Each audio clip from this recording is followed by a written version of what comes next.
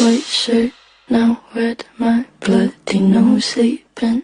You're on your tippy toes creeping around like no one knows. Think you're so criminal. Bruises on both my knees for you. Don't say thank you, oh please. I do what I want to do. So cynical. So you're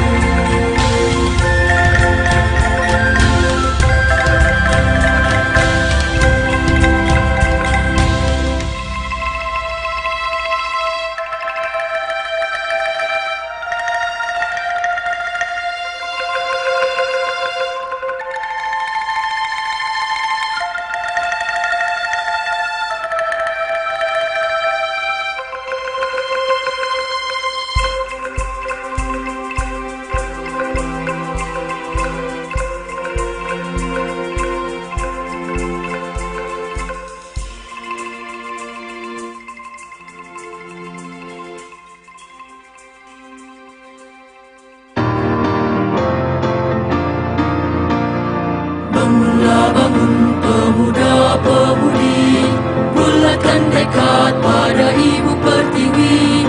Serahkanlah jiwa dan ragamu, membangun bangsa.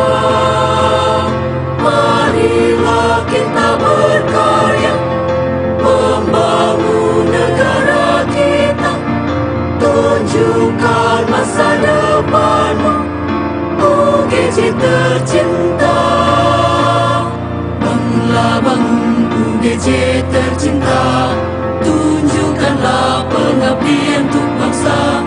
Ciptakan citra kewibawaan kita, bersama junjunglah namamu. Marilah kita berkarya, membangun negara kita. Tunjukkan masa depanmu, UGJ tercinta, UGJ tercinta.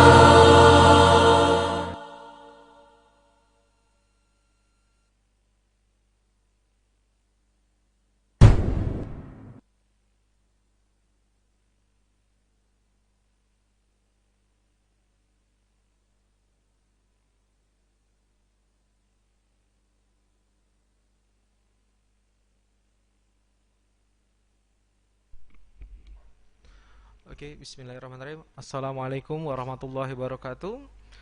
Selamat siang, good afternoon, ladies and gentlemen. Selamat datang di UGJ Talks Webinar Series 3. Pada kesempatan siang hari ini kita akan berdiskusi dengan tema internasionalisasi perguruan tinggi di tengah pandemi COVID-19. Yeah, good afternoon, everybody who have been joined in this UGJ Talk International Webinar Series, the third series, with the theme COVID-19 pandemic will be a goodbye to internationalization. Sebelum kita mulai, kami akan menyapa kepada para pembicara yang kami hormati. Bapak Rektor UGJ, Associate Professor Dr. Haji Mukarto Siswoyo, Dr. Andes MSI. Kemudian yang kami hormati Ibu Evi Mulyani, akuntan MBA PhD,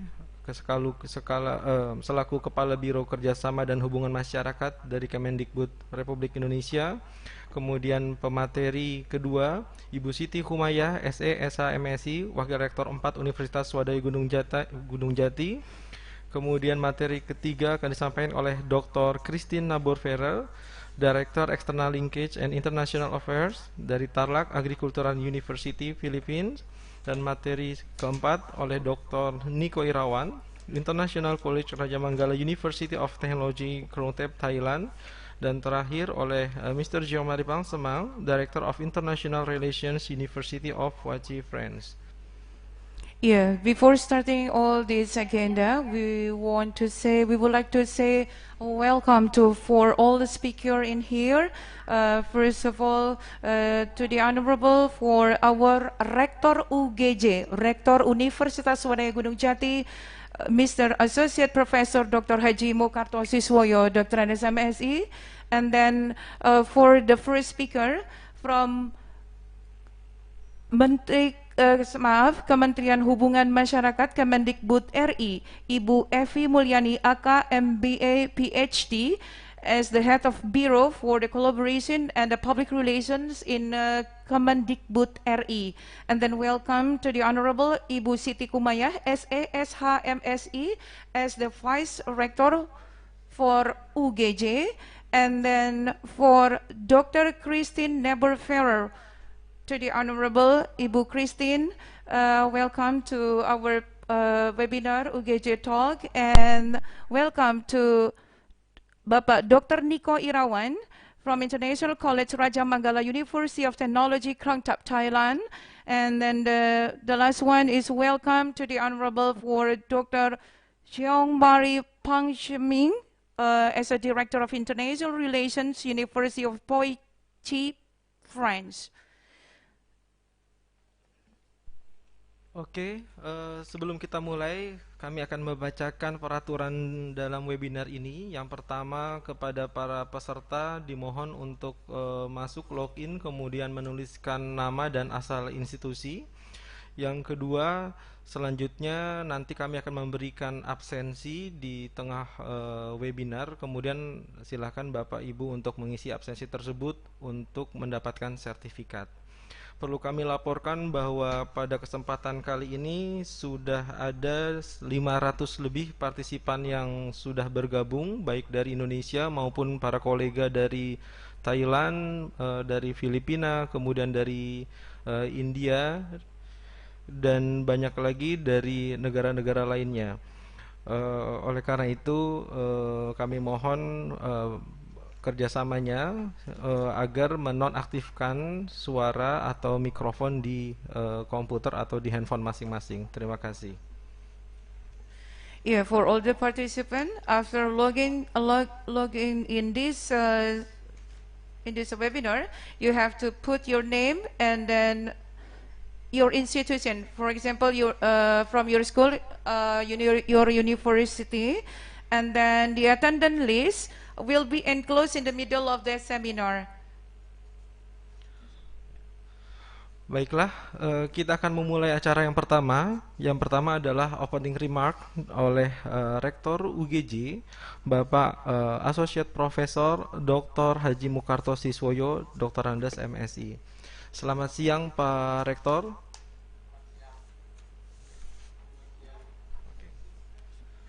Yeah, good afternoon for our Rector UGJ.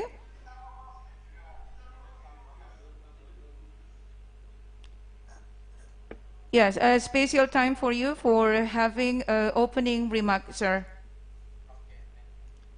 Pak Uto.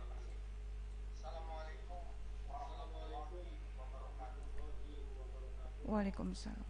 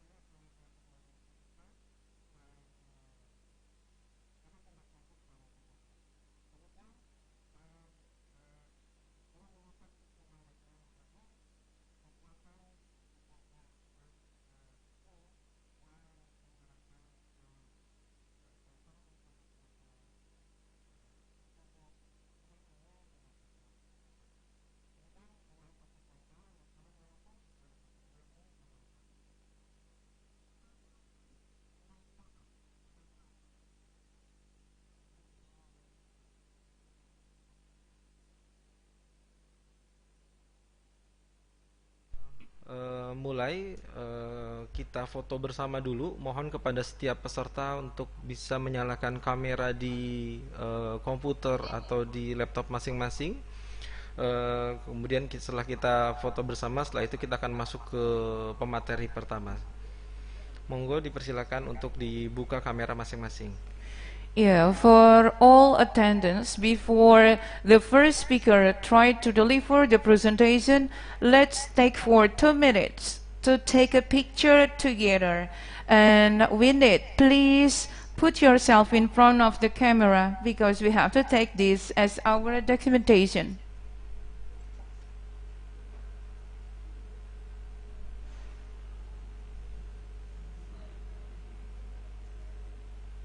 Oke. Once again.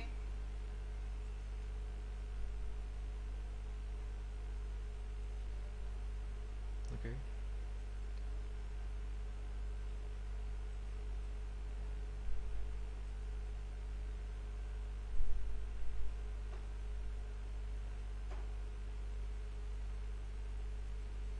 Thank you very much. Oke, terima kasih.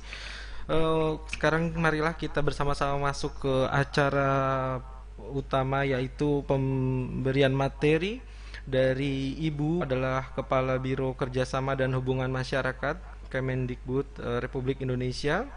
Kami sapa dulu. Selamat siang Ibu Evi Mulyani. Alhamdulillah, selamat siang Bu Evi. Terima kasih banyak kami ucapkan dari UGJ atas ketersediaan Bu Evi untuk bergabung memberikan materi dalam kesempatan yang baik ini. Beliau merupakan sosok yang sangat sibuk tentunya ya. Di tengah-tengah kesibukan beliau, alhamdulillah beliau bersedia menjadi salah satu pembicara. Terima kasih banyak Ibu Evi. Silakan untuk Ibu Evi, kami serahkan ke Miss Lia, rekan saya, untuk membacakan beberapa CV dari Ibu Evi Mulyani. Yeah, good afternoon, Ibu Evi Mulyani. Yeah, for all participants here, as we know that our first speaker will be Mrs. Evi Mulyani, aka MBA PhD. Actually, that right now she is the head of the Bureau Cooperation and Public Relations in Ministry of Education for the Republic of Indonesia. She was born in Bandung, West Java, 18 April 1976, and the current position right now, she is the head of education and the current position as a head of Bureau of Cooperation and Public Relation in Ministry of Education and Culture, Republic of Indonesia. And then her background of education,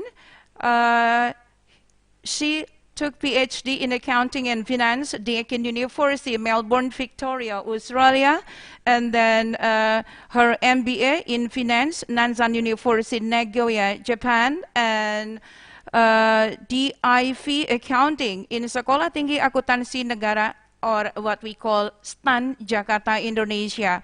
Her working experience, first of all, she was a casual academic staff in Deakin University, Melbourne, Australia, and then she became a lecturer, doctoral program FEB, or Faculty of Economic, in Universitas Trisakti, reviewer, Jurnal Kajian Ekonomi dan Keuangan, Ministry of Finance, and then she is as a lecturer until right now in DIV STAN Jakarta, and then as an investor relations, as a head of division, Ministry of Finance, and then right now she is as a Bureau of Cooperation and Public Relation in Ministry of Education and Culture. Well, for Ibu Evi Mulyani, time is yours, ma'am.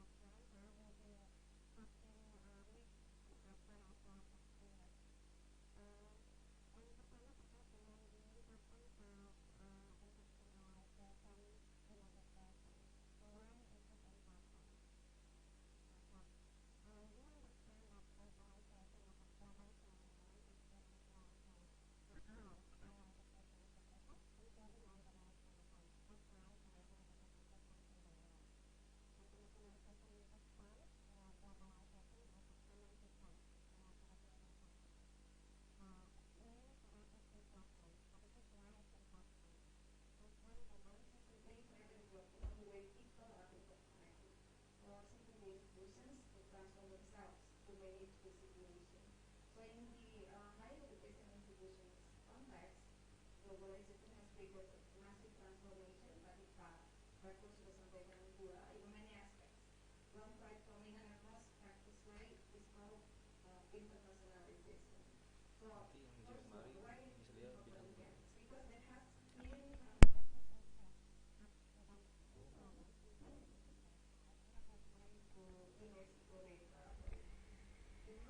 in common in tertiary education worldwide, the program was recognized from the compact data in 2015 was 214 million, when it's estimated in 2040 there will be 512 million. That's the enrollment in higher education.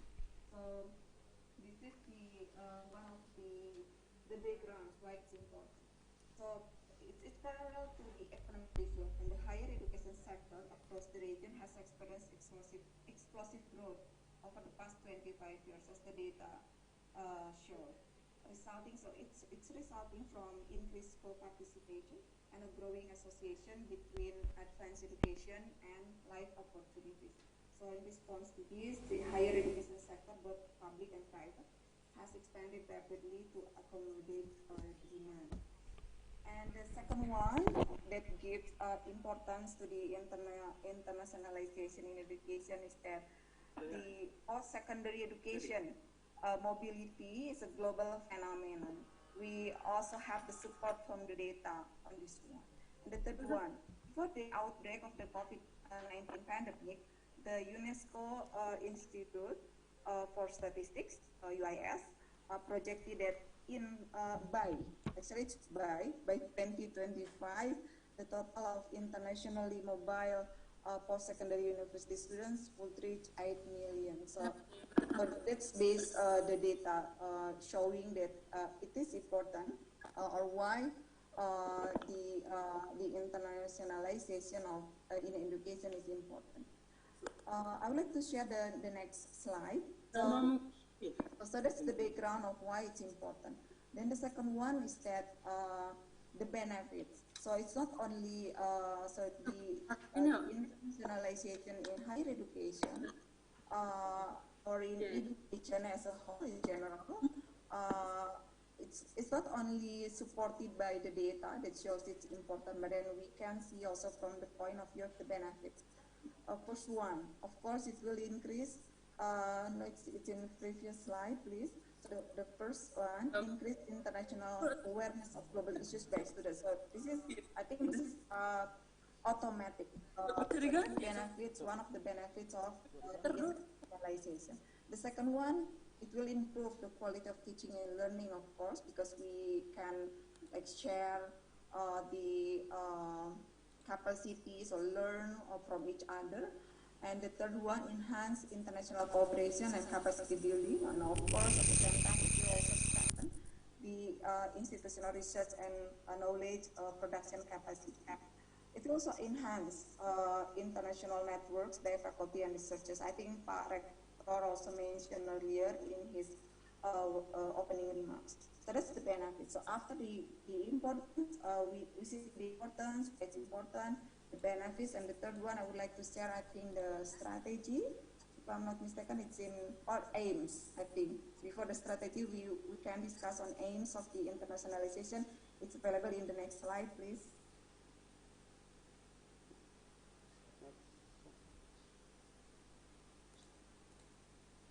Baik, di slide berikutnya.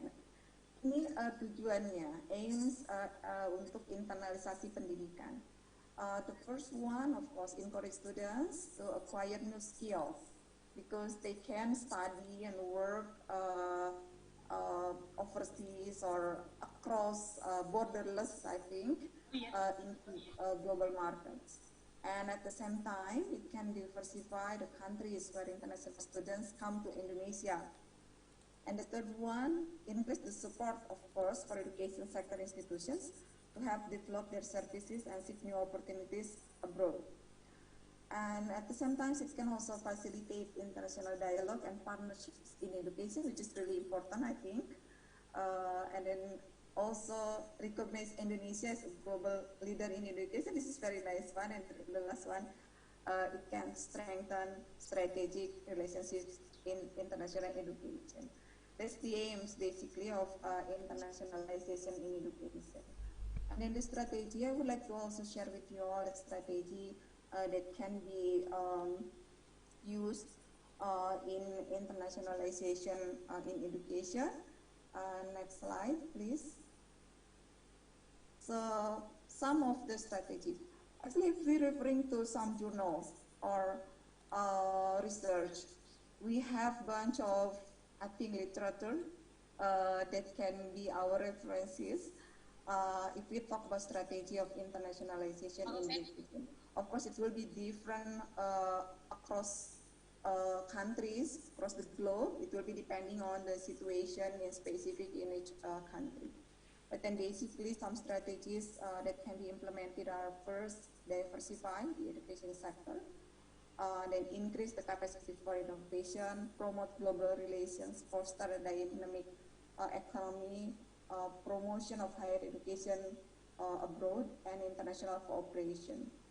I think that's some of the background, the background why it's important, and then the aims as well as the strategy that we can implement for the internationalization in education. I would like to also share with you the policy of international cooperation in education and culture. This one is one of our tasks within the Ministry of Education and Culture. So when we talk about development of international cooperation, then we have a couple things to consider. First one is Nawacita mandate, as well as the SDGs 2030, Sustainable Development Goals. For Nawacita, as we understand that President Jokowi has actually launched or enacted the Nawacita mandate, so improve the quality of the Indonesian people. That's the first one. And then revolutionizing the character of the nation, as well as increase people's productivity and competitiveness in international markets, and reinforce diversity and strengthen Indonesia's social restoration. So our international cooperation is basically based on this Nawacita as well as SDGs, Goal 4 to be more specific. And second one is the fulfillment of 58 million skilled workers until 2030. So an additional 58 million skilled workers are needed to make Indonesia's seven world economy by 2030.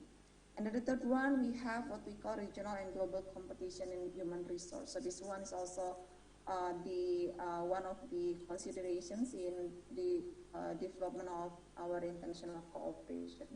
As I understand, ASEAN Economic Community, AEC, the 14 million jobs are open until 2025, and within 20 skill competencies. So these 3 points are basically providing us within the Ministry of Education and Culture in terms of the development of international cooperation. Next slide, please. So this is the pictures of our international cooperation in the Ministry of Education and Culture. In terms of area of cooperation, of course, I think this one is pretty much similar with what other countries also have. So bilateral cooperation. Then the second one, multilateral cooperation. For bilateral cooperation, we are really open to cooperate and partner with all countries basically, as well as with NGOs from a country and foreign private partners. For multilateral cooperation, again, we are really open to work with all IOs.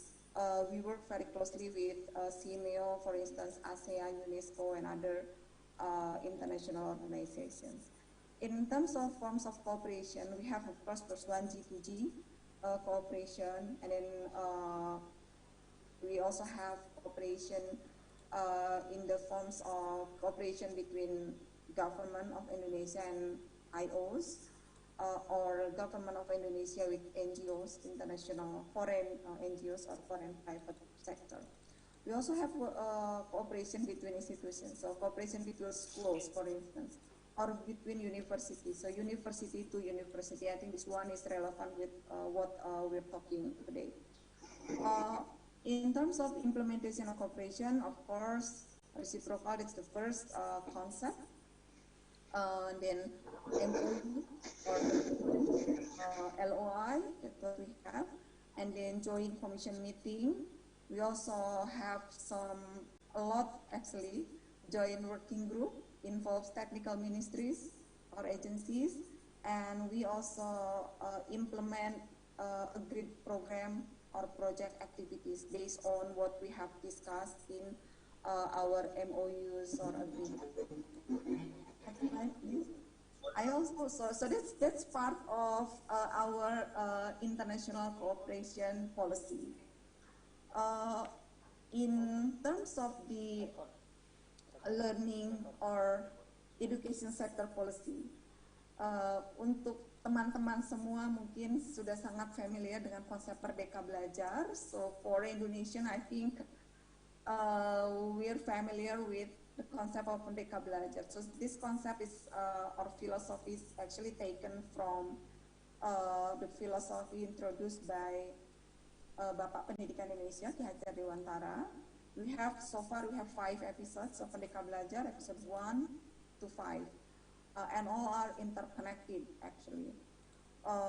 The first one is related with the transformation or reform.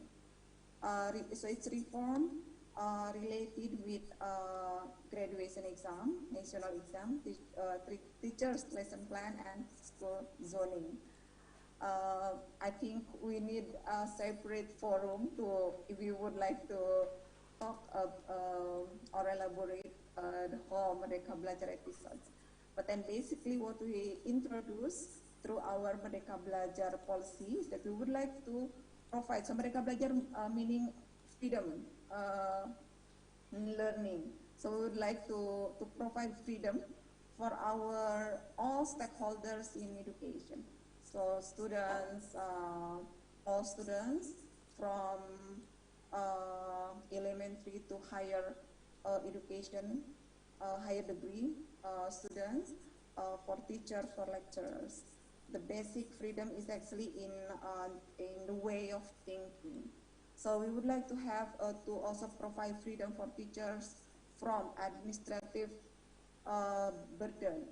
So we would like to give freedom for them to have more time and energy to focus on improving their capacity of learning and teaching instead of spending their time on administrative. So we made the decision to simplify all the administrative items. Next slide, please. So that's basically our Merdeka Belajar. We also have what we call program organisasi penggerak and also guru penggerak. Next slide, please. We have a summary of our policy direction of higher education. It's very small fonts. I hope you can read through the slide. So we have some topics here. First one, presence of top universities in Indonesia. That's one of the policy direction.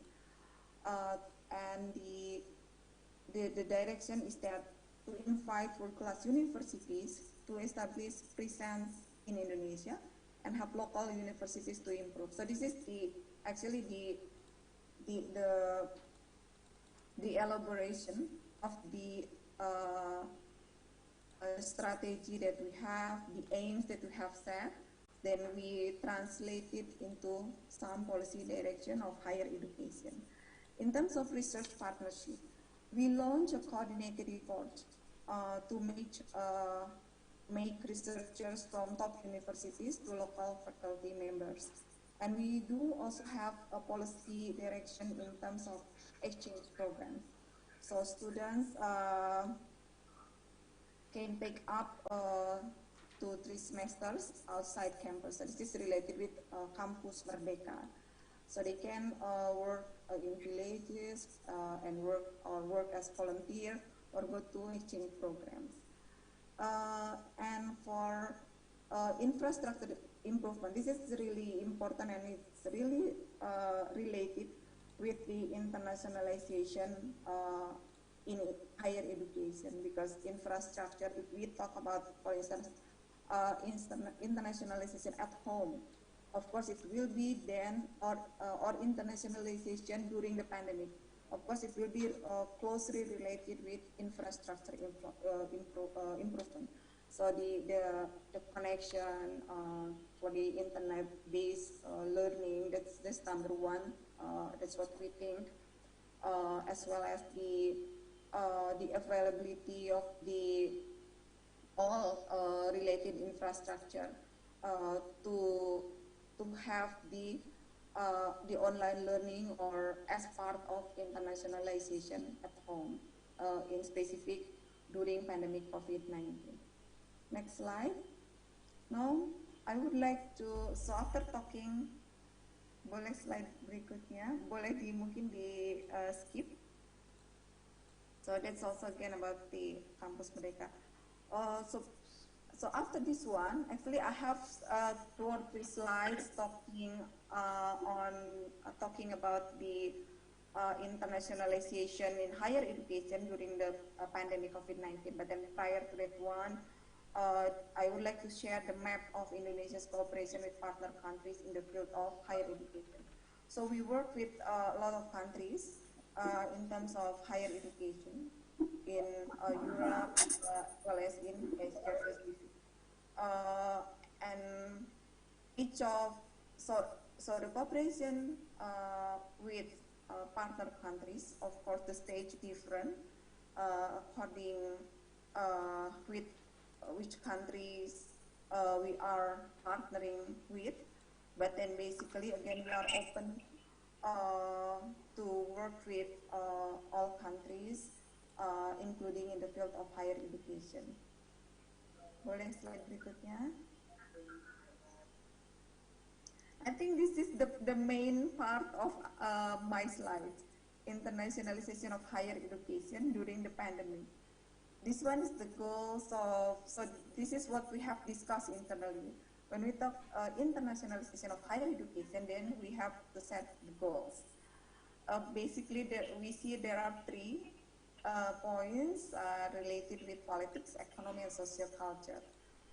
Politics, of course, increased influence, and in terms of economy, financial benefits of international students for the country and also for the home countries, I guess.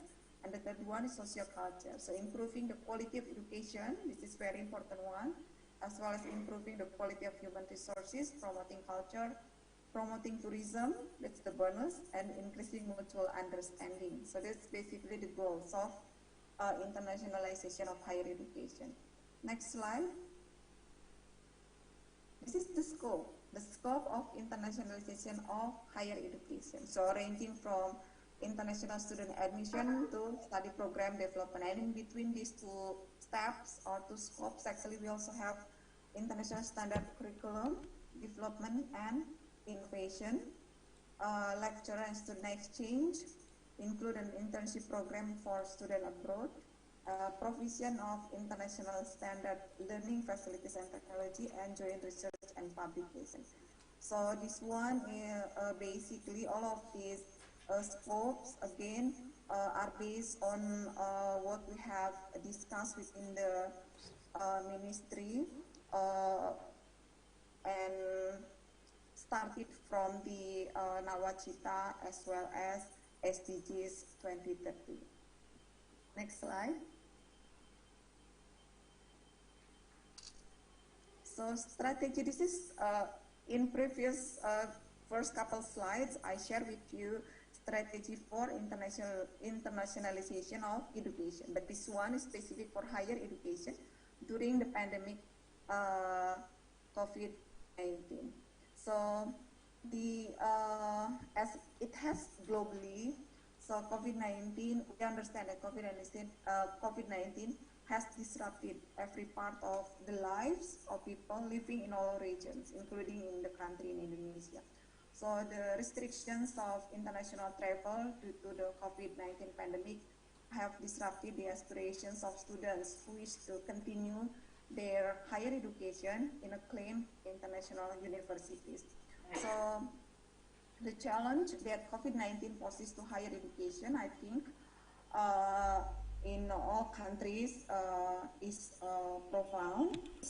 In the past 3 months, you can see that many higher education systems have been compelled to take teaching and learning along with almost all other operations to online platforms or other modes of distance education. This has resulted in innovative strategies to cross digital divides and tackle other challenges. Tadi Pak Rektor juga sudah menyampaikan di awal. But we see that the COVID-19 pandemic will likely change the course of our thinking about how the sector can and should operate. This one also has mentioned previously by Pak Rektor. So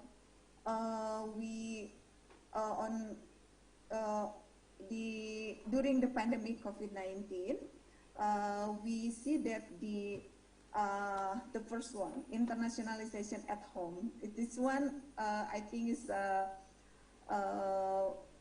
very familiar for all of us. We see that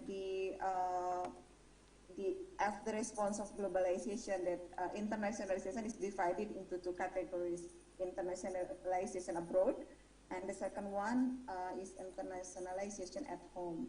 I think the former is mainly about the idea of students' mobility and the way they are exposed to intercultural dimensions in different regions to generate their global competence. So in other words, this type of internationalization emphasizes the students study abroad to strengthen their international quality. But then the second one, the one that we have in our slide, internationalization at home, it's associated with providing intercultural and global education to students who remain in their home countries of study. So the type of internationalization is usually interrelated with the theory of, I think, internationalized curriculum. We understand curricula with international orientation in content, aimed at preparing students for performing in international and multicultural contexts, and designed for domestic students as well as foreign students. So those categories of internationalization can be higher education institutions' crucial responses to cope with the globalization, and in specific in the during the pandemic period. And then the second one is the mobility without movement, namely mobility that can be done without presenting someone directly. Again, this one also related with technology, with infrastructure improvement. The third one is learning transformation using relevant technological advances. And the last one is in accordance with the objective of the Merdeka Campus, or Campus Merdeka, which is part of Merdeka Belajar. Universities are currently expected to be able to foster and produce quality graduates needed by the public or industrial sector.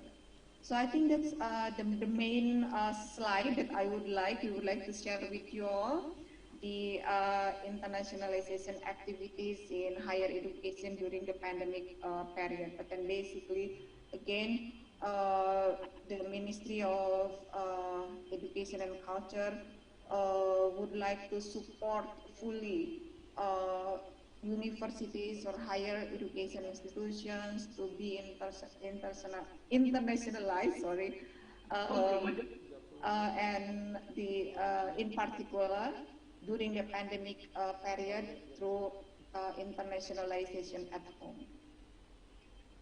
I think that's all what I have to share with you all today. Terima kasih Bapak Rektor dan teman-teman semua. I think colleagues from Thailand, from the Philippines, as well as from France, can also share the practices and policies, point of views with regards to the internationalization in higher education. And terima kasih Bapak atas kesempatannya, teman-teman semua. Kami dari Kementerian Pendidikan dan Kebudayaan tentunya sangat mendukung forum ini secara spesifik dan terkait dengan internasionalisasi pendidikan tinggi. Kami memberikan keterbukaan, kemerdekaan sebagaimana layaknya ditetapkan dalam filosofi atau konsep kebijakan Merdeka Belajar. So again, thank you. Selamat siang. Assalamualaikum warahmatullahi wabarakatuh. Waalaikumsalam warahmatullahi wabarakatuh. Terima kasih banyak Ibu atas paparannya selaku Kepala Biro Kerjasama dan Hubungan Masyarakat dari Kemendikbud RI. Terima kasih banyak atas presentasinya. Kemudian saya beritahukan kepada para peserta, apabila ada pertanyaan silakan untuk bisa menulis di chat room. Nanti di akhir sesi kami akan menyampaikan pertanyaan tersebut kepada para pemateri. Sekali lagi kami ucapkan terima kasih Ibu Evi Mulyani. Sekarang kita akan masuk ke materi kedua yang akan disampaikan oleh Ibu Siti Humayah, SE, SA, MSI, selaku Wakil Rektor 4 dari Universitas Swadaya Gunung Jati. Yeah, thank you for Ibu Evi and for all participants. If you have any questions, you may type to the chat room.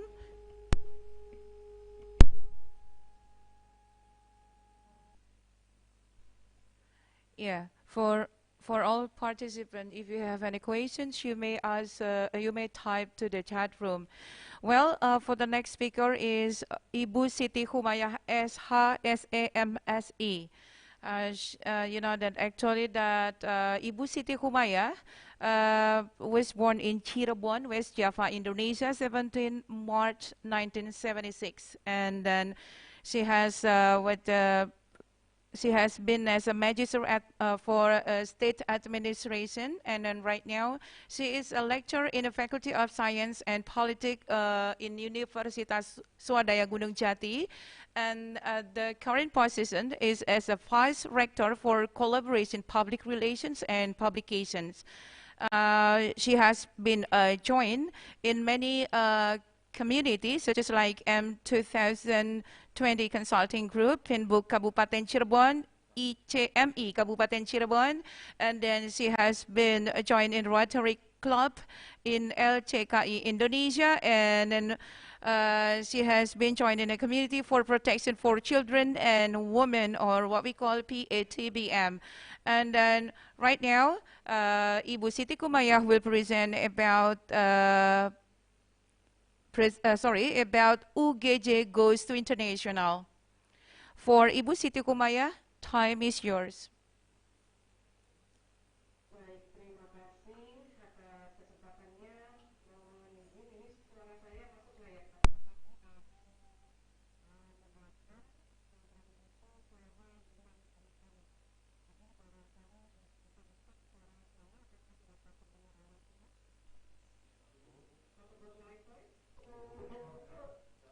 bisa terdengar.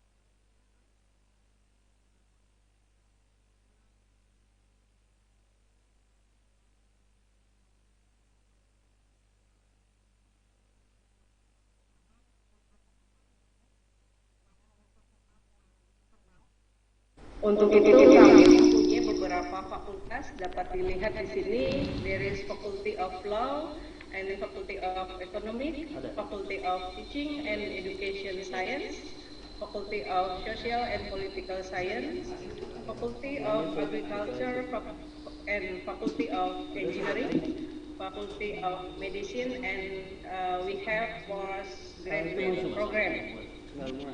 And then the next, for the Faculty of Medicine, barangkali Bapak Ibu sekalian, untuk Fakultas Medicine ini merupakan fakultas kebanggaan dari kami, artinya untuk wilayah Ciayu Majakuning, yang tadi saya sebutkan, wilayah Indramayu, Majalengka, Kuningan, dan Cirebon, hanya satu-satunya universitas ataupun perguruan tinggi yang mempunyai fakultas kedokteran, seperti itu. Kemudian berikutnya, the next slide, please. Next slide. Slide berikutnya. Ya, hal yang mendorong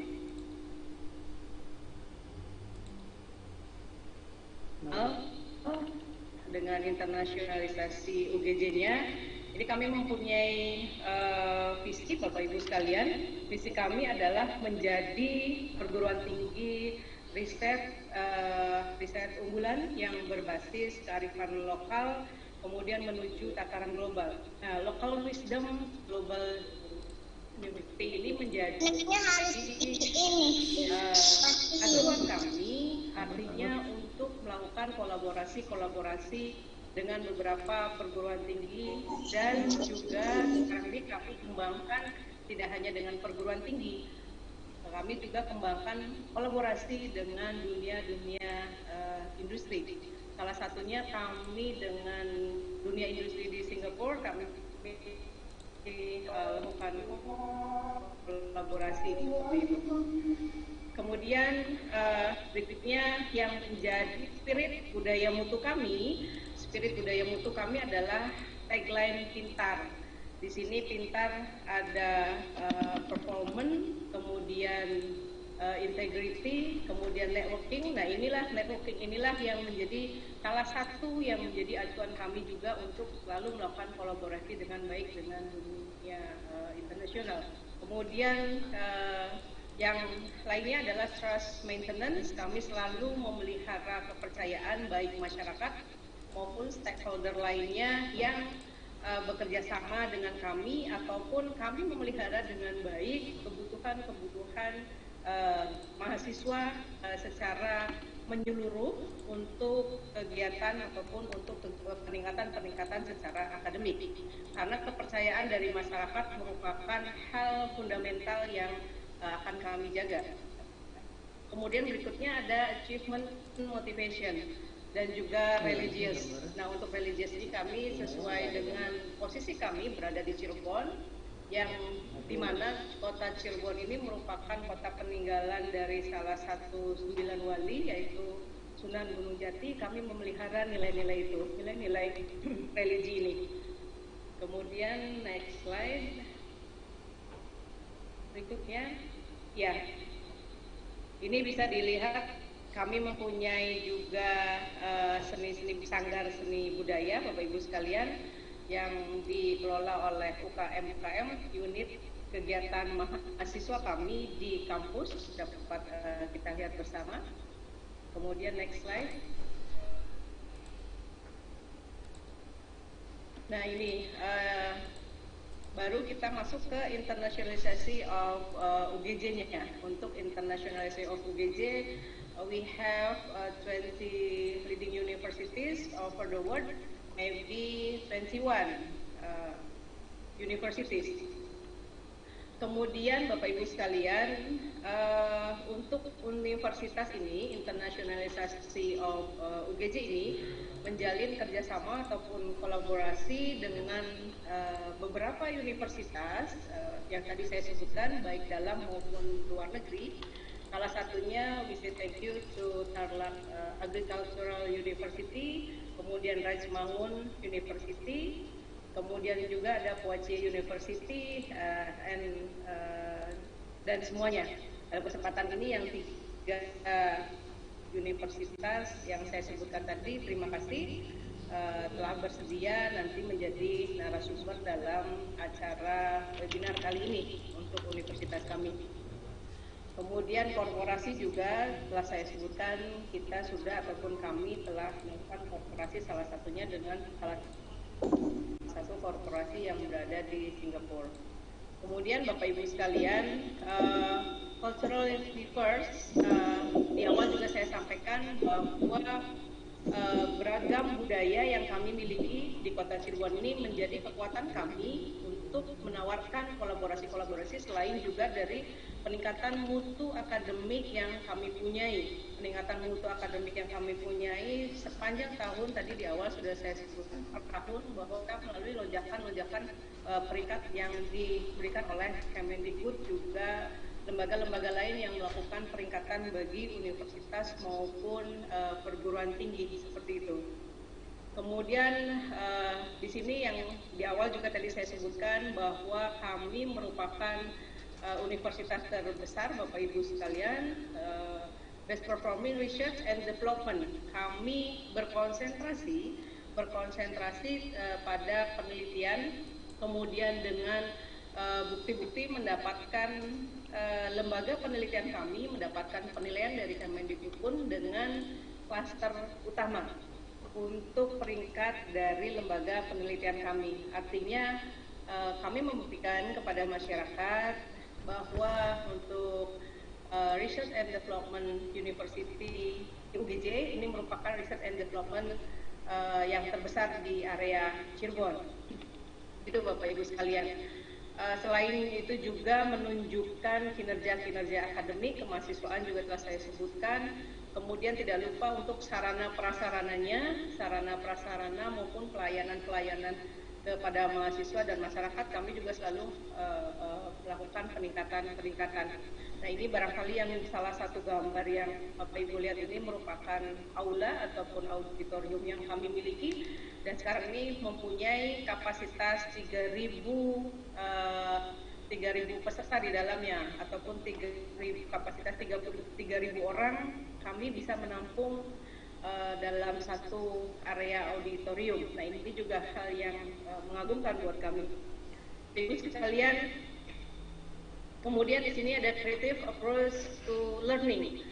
Nah, untuk creative approach to learning, kita dapat ataupun kita lah menggunakan dan menjalankan ide-ide kreatif dalam pembelajaran ya Bapak Ibu sekalian, terutama di masa era sekarang yang orang bilang ada era 4.0, bahkan 5.0, bahkan mungkin di Jepang sendiri informasinya sudah nyampe 6.0 ya. Kemudian juga mendukung kebijakan dari Mas Menteri Pendidikan dan Kebudayaan Indonesia, tadi disampaikan oleh Bu Erli, ada Merdeka Belajar dan Kampus Merdeka, seperti itu.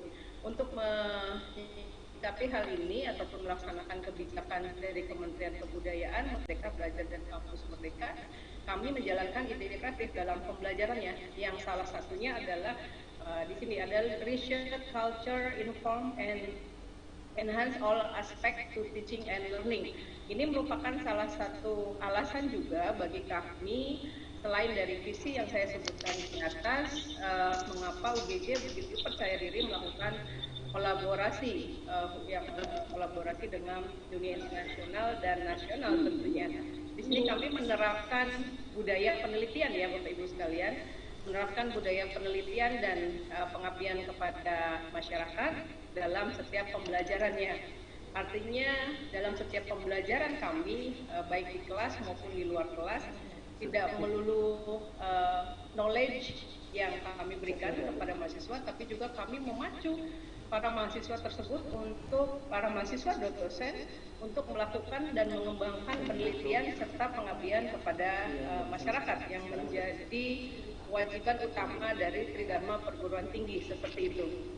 Kemudian Bapak Ibu sekalian, di sini juga ada budaya yang beragam ya, budaya yang beragam yang ditawarkan di dunia internasional, yang saya sebutkan juga bahwa kami punya tari topeng dan seterusnya ya, ada budaya batik dan seterusnya, apalagi memang secara kultur masyarakat di social culture masyarakat tersebut juga terdiri dari multi etnis seperti itu.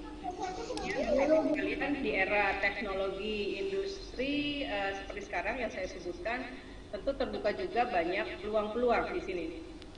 Banyak peluang-peluang bagi kita untuk saling bertukar informasi, pengalaman dan sebagainya melalui kolaborasi antar perguruan tinggi, terutama antar kami dengan beberapa perguruan tinggi baik luar dan dalam negeri seperti itu. Di sini untuk kurikulumnya sendiri Bapak Ibu ataupun adik-adik peserta webinar dalam kesempatan kali ini, kurikulum yang kami berikan kepada mahasiswa di bidang akademik ini sangat fundamental sekali, artinya sangat mendasar bagi kehidupan kampus. Kami memberlakukan kurikulum yang progresif, inovatif, sehingga tertanam motivasi dalam diri mahasiswa maupun dosen untuk terus melakukan pengembangan keilmuan secara akademik sepanjang hayatnya, ataupun sepanjang kita ataupun kami dalam lingkup perguruan tinggi, kami tidak akan pernah bosan melakukan pengembangan akademik yang bertujuan untuk peningkatan dari inovasi-inovasi yang dipunyai oleh mahasiswa dan para dosen seperti itu. Nah, Bapak Ibu sekalian, di sini kami sampaikan ada beberapa dokumentasi. There is a documentation for our collaboration, beberapa kegiatan kolaborasi. Dokumentasinya bisa lanjut ke slide berikutnya. Next slide.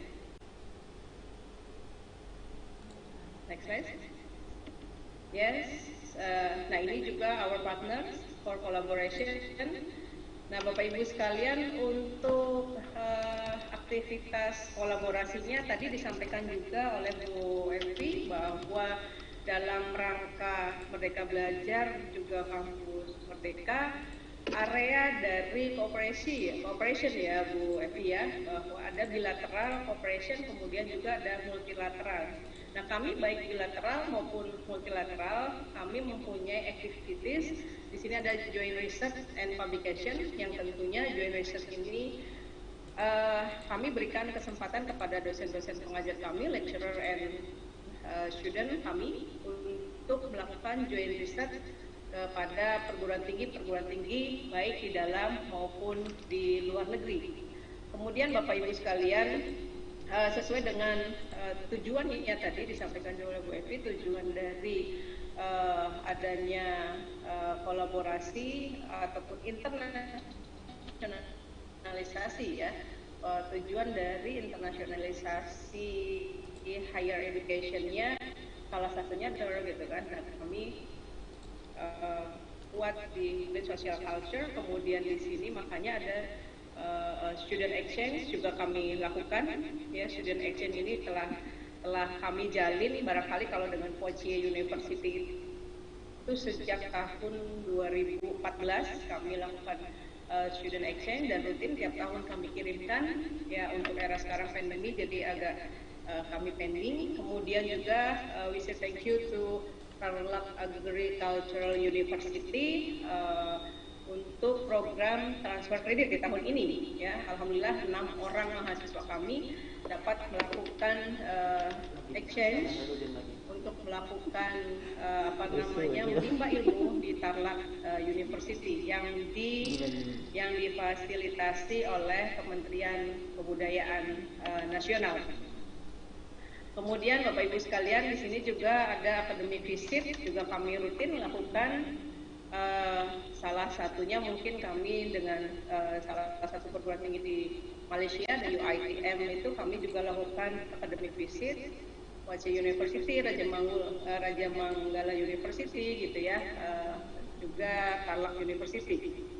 Kemudian untuk aktivitas yang lainnya dari kolaborasi ini ataupun dari internasionalisasi Universitas Swadaya Gunung Jati, kami adanya sending lecturer to take master and or PhD. Nah, salah satunya adalah kepala kantor urusan internasional kami, ya, ataupun office affair internasional kami, yaitu Dr.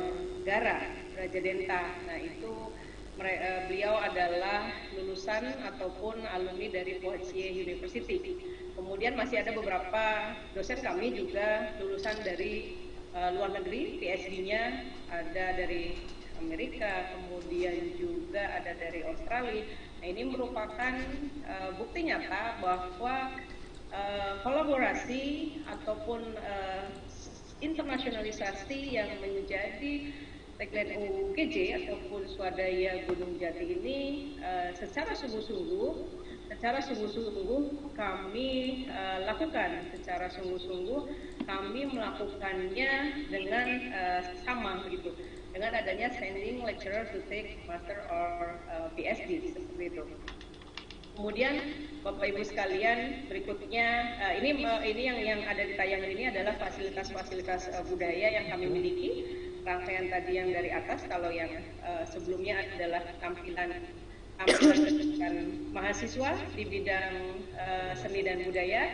Nah, ini merupakan hanya salah satu saja Bapak Ibu sekalian, salah satu dokumentasi fasilitas kebudayaan yang kami miliki yang bisa kami tawarkan ke dunia internasional seperti itu. Next slide. Nah, di sini juga ada student service yang tak kalah menjadi perhatian kita ataupun pertimbangan Bapak Ibu ataupun adik-adik yang ingin bergabung dengan kami tentunya di Swadaya Gunung Jati. Jangan ragu ya Bapak Ibu, karena kami juga konsentrasi ataupun kami selalu meningkatkan kualitas untuk student service-nya.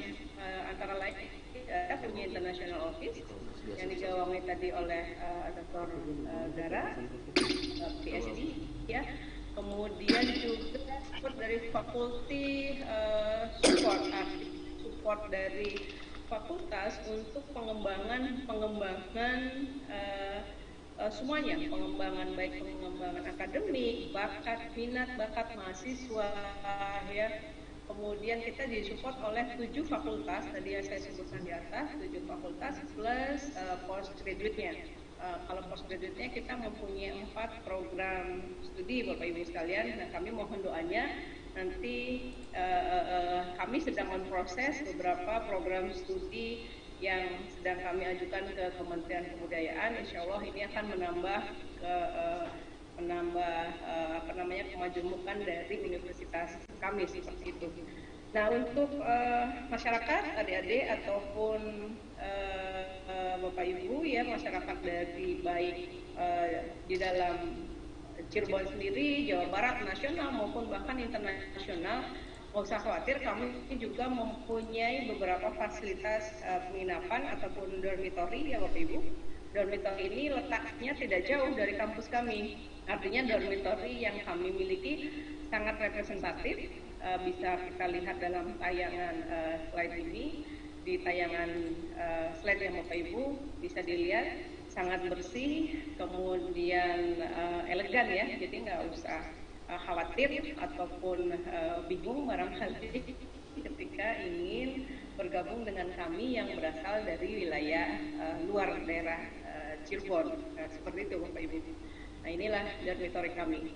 Kemudian berikutnya adalah, nah, yang saya sebutkan juga sebelumnya bahwa kami Universitas Swadaya Gunung Jati mempunyai kebanggaan.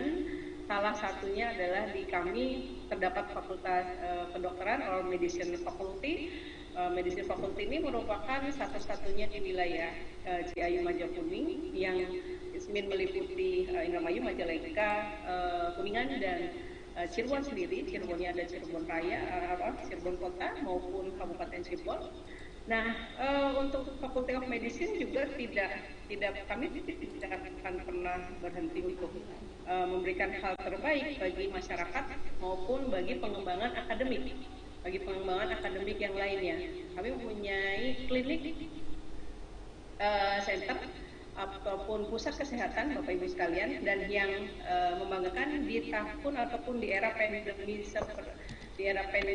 COVID-19 ini kami dipercaya oleh pemerintah kami mempunyai laboratorium pemeriksaan swab dengan standar BSL 2 dari Kementerian Kesehatan yang didukung juga oleh Provinsi Jawa Barat, dan tentunya didukung yayasan kami juga, yayasan, rektorat, semuanya bersatu padu membangun ataupun memberikan sumbangsi terbaik bagi masyarakat di era pandemi COVID-19 ini, seperti itu. Nah, berikutnya Bapak Ibu sekalian, next slide. Ya, oke.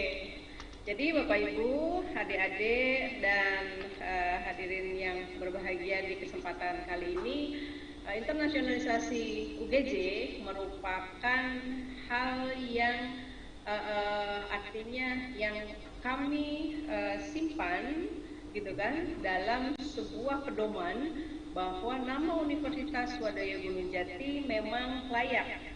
Artinya layak bersanding dengan universitas-universitas di seluruh antero penjuru dunia, universitas-universitas terkenal dan universitas-universitas besar di seluruh dunia, karena kami selalu melakukan pengembangan baik akademik, pelayanan mahasiswa dan sebagainya, sarana prasarana itu kami tidak akan pernah berhenti. Kami selalu akan memacu diri memberikan hal yang terbaik bagi masyarakat dan untuk menggaungkan atau menggemarkan nama Universitas Wadaya Gunung Jati baik di kancah nasional maupun internasional, seperti itu. Baik, demikian tadi mungkin yang dapat saya berikan. Untuk pertanyaan-pertanyaan selanjutnya barangkali nanti bisa di-kolek oleh moderator ya. Demikian atas kesempatannya saya sampaikan, terima kasih, thank you, see you next.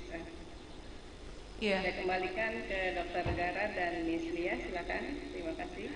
Yeah, thank you very much for Ibu Siti Humayah SH SMSE for presenting with the theme UGJ Goes to International. Yeah, ladies and gentlemen, in this webinar Ugj Talk 3, we may continue to the third speaker. Yeah, hello. Can you hear my voice? Okay. Well, we are going to the next third speaker is Madame Christine Nabor-Ferrer. Dr. Christine Nabor-Ferrer is a faculty of the College of Education of the Tarlac Agricultural University and currently serves as the Director for External Linkage and International Affairs. She finished her Doctor of Education, major in Educational Management at the Pangasinan State University in 2009 and earned special program certificates on Communication Series program at the Ateneo de Manila Graduate School of Business, Asian Leaders Program in Singapore and New York from Common Purpose and Asian Foundation, and internationalization of higher educations in Canada from the Canadian Bureau of International Education and the Commission on Higher Education.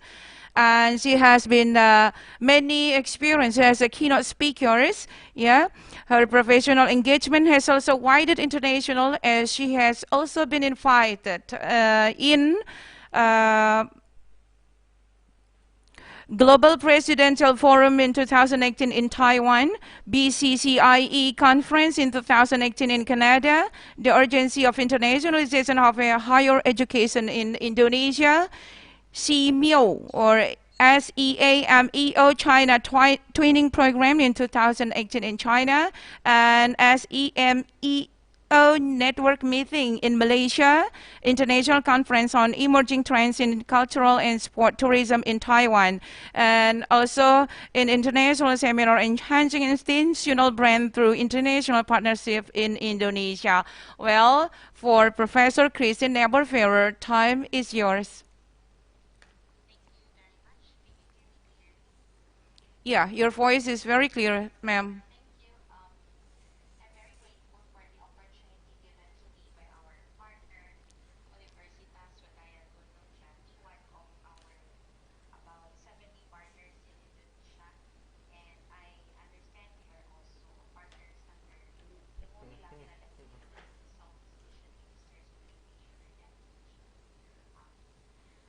let me also give my gratitude to the rector of UGJ, Associate Professor Dr. Mucarto Siswoyo. Sir, good afternoon. To the officials of UGG and the coordinators of the international office whom I have been communicating with for the past months as we um, work on the acceptance of 6 of their students for the credit transfer mobility program at Tarlac Agricultural University. Your students are now joining our virtual classes and are immersed with Filipino students in their classes for this semester. So let me start by, and of course I would also like to say hi to the other speakers who are with us this afternoon. My respect to all of you too for also bringing in fresh insights on how we can still move on with our internationalization activities despite the challenges that we have during the pandemic. So please allow me now to present to you my talk about reimagining higher education in the new normal, inclusive and innovative internationalization.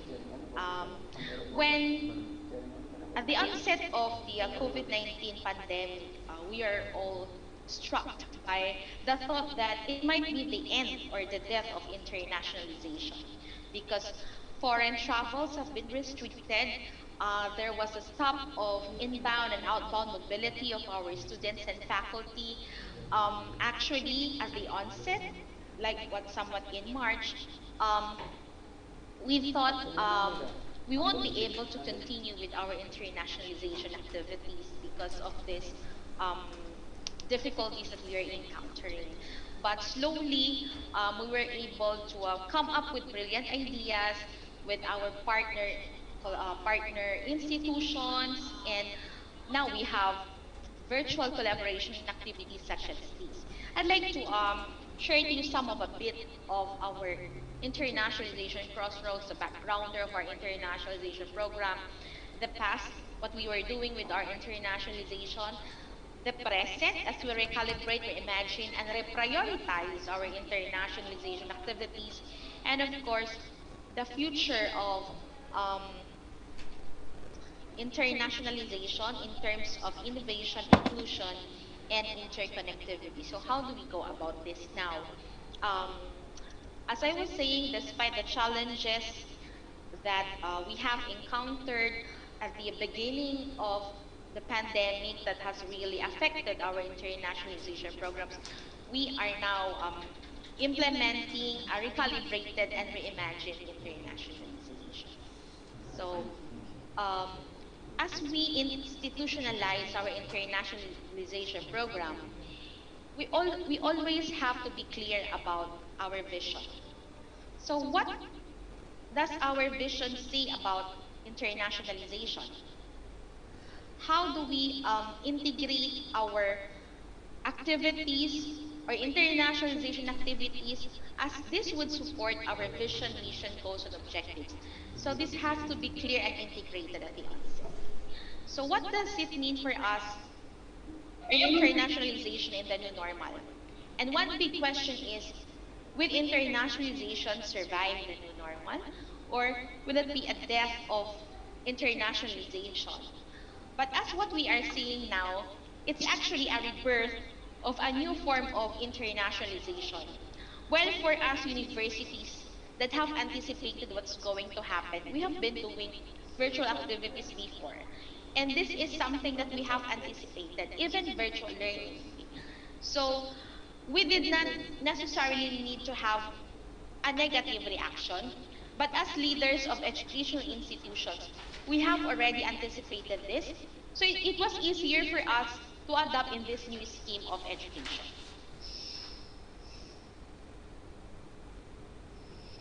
And another one good point raised by Steve Smith is that even if there is a pandemic, we must still keep fighting for internationalization. It is one thing that is worth fighting for. As we have moved from our activities from physical to virtual, it is a proper time for us to focus on internationalization of the curriculum now, which becomes more inclusive and encompassing, that even with the students who do not have passports, even for the faculty or students who cannot afford to pay for international tickets, they can still be involved in internationalization activities now because the cost is low. We don't necessarily have to spend much, except of course we have the gadgets or tools for communication and internet connectivity. Okay, so another point raised by Barbara Lorber and Saba and Prem is that post-COVID internationalization must be more flexible. So even after we survive this COVID pandemic, we have to balance the potential of remote learning with the benefits of student mobility or skills. While internationalization will continue to offer numerous benefits post-COVID, it can only continue to flourish if universities embrace the challenges and adapt quickly to the new world where we are entering. And I believe that this is something that we are doing now. It's easier for us to adapt because we have anticipated this. So another um, point raised by Robin Matthews Helms with the higher education today, can internationalization survive coronavirus? So even there's a current damper on international mobility, and this is actually unfortunate for all of us since we cannot do international travels. But there's one good news according to him, because the most powerful lever for student global learning is not moving people back and forth. It's what's really happening in our own campuses. Our efforts to internationalize the curriculum and co-curriculum to add research and social services, and how we engage our faculty to integrate internationalization in their classes. And it's equally important that there should be leadership, empowerment, accountability, and development in this time of the pandemic. Because if there is one person who would really be the champion of internationalization, it's always the head of the institution plus strong administrative support, so that the academic and research departments of the organization will be more motivated to do internationalization activities, because this would entail still support for policies and implementation and the willingness of the people to work on it. Because even there is no physical mobility, there is still a lot of effort that we put into internationalization. Actually, our office hours go beyond what is required of us. Even if it's already 6 p.m., 7 p.m., your internationalization officers are still communicating. Okay. So there are a lot of challenges and opportunities for internationalization, which includes internships, inclusivity, global citizenship, and virtual mobility.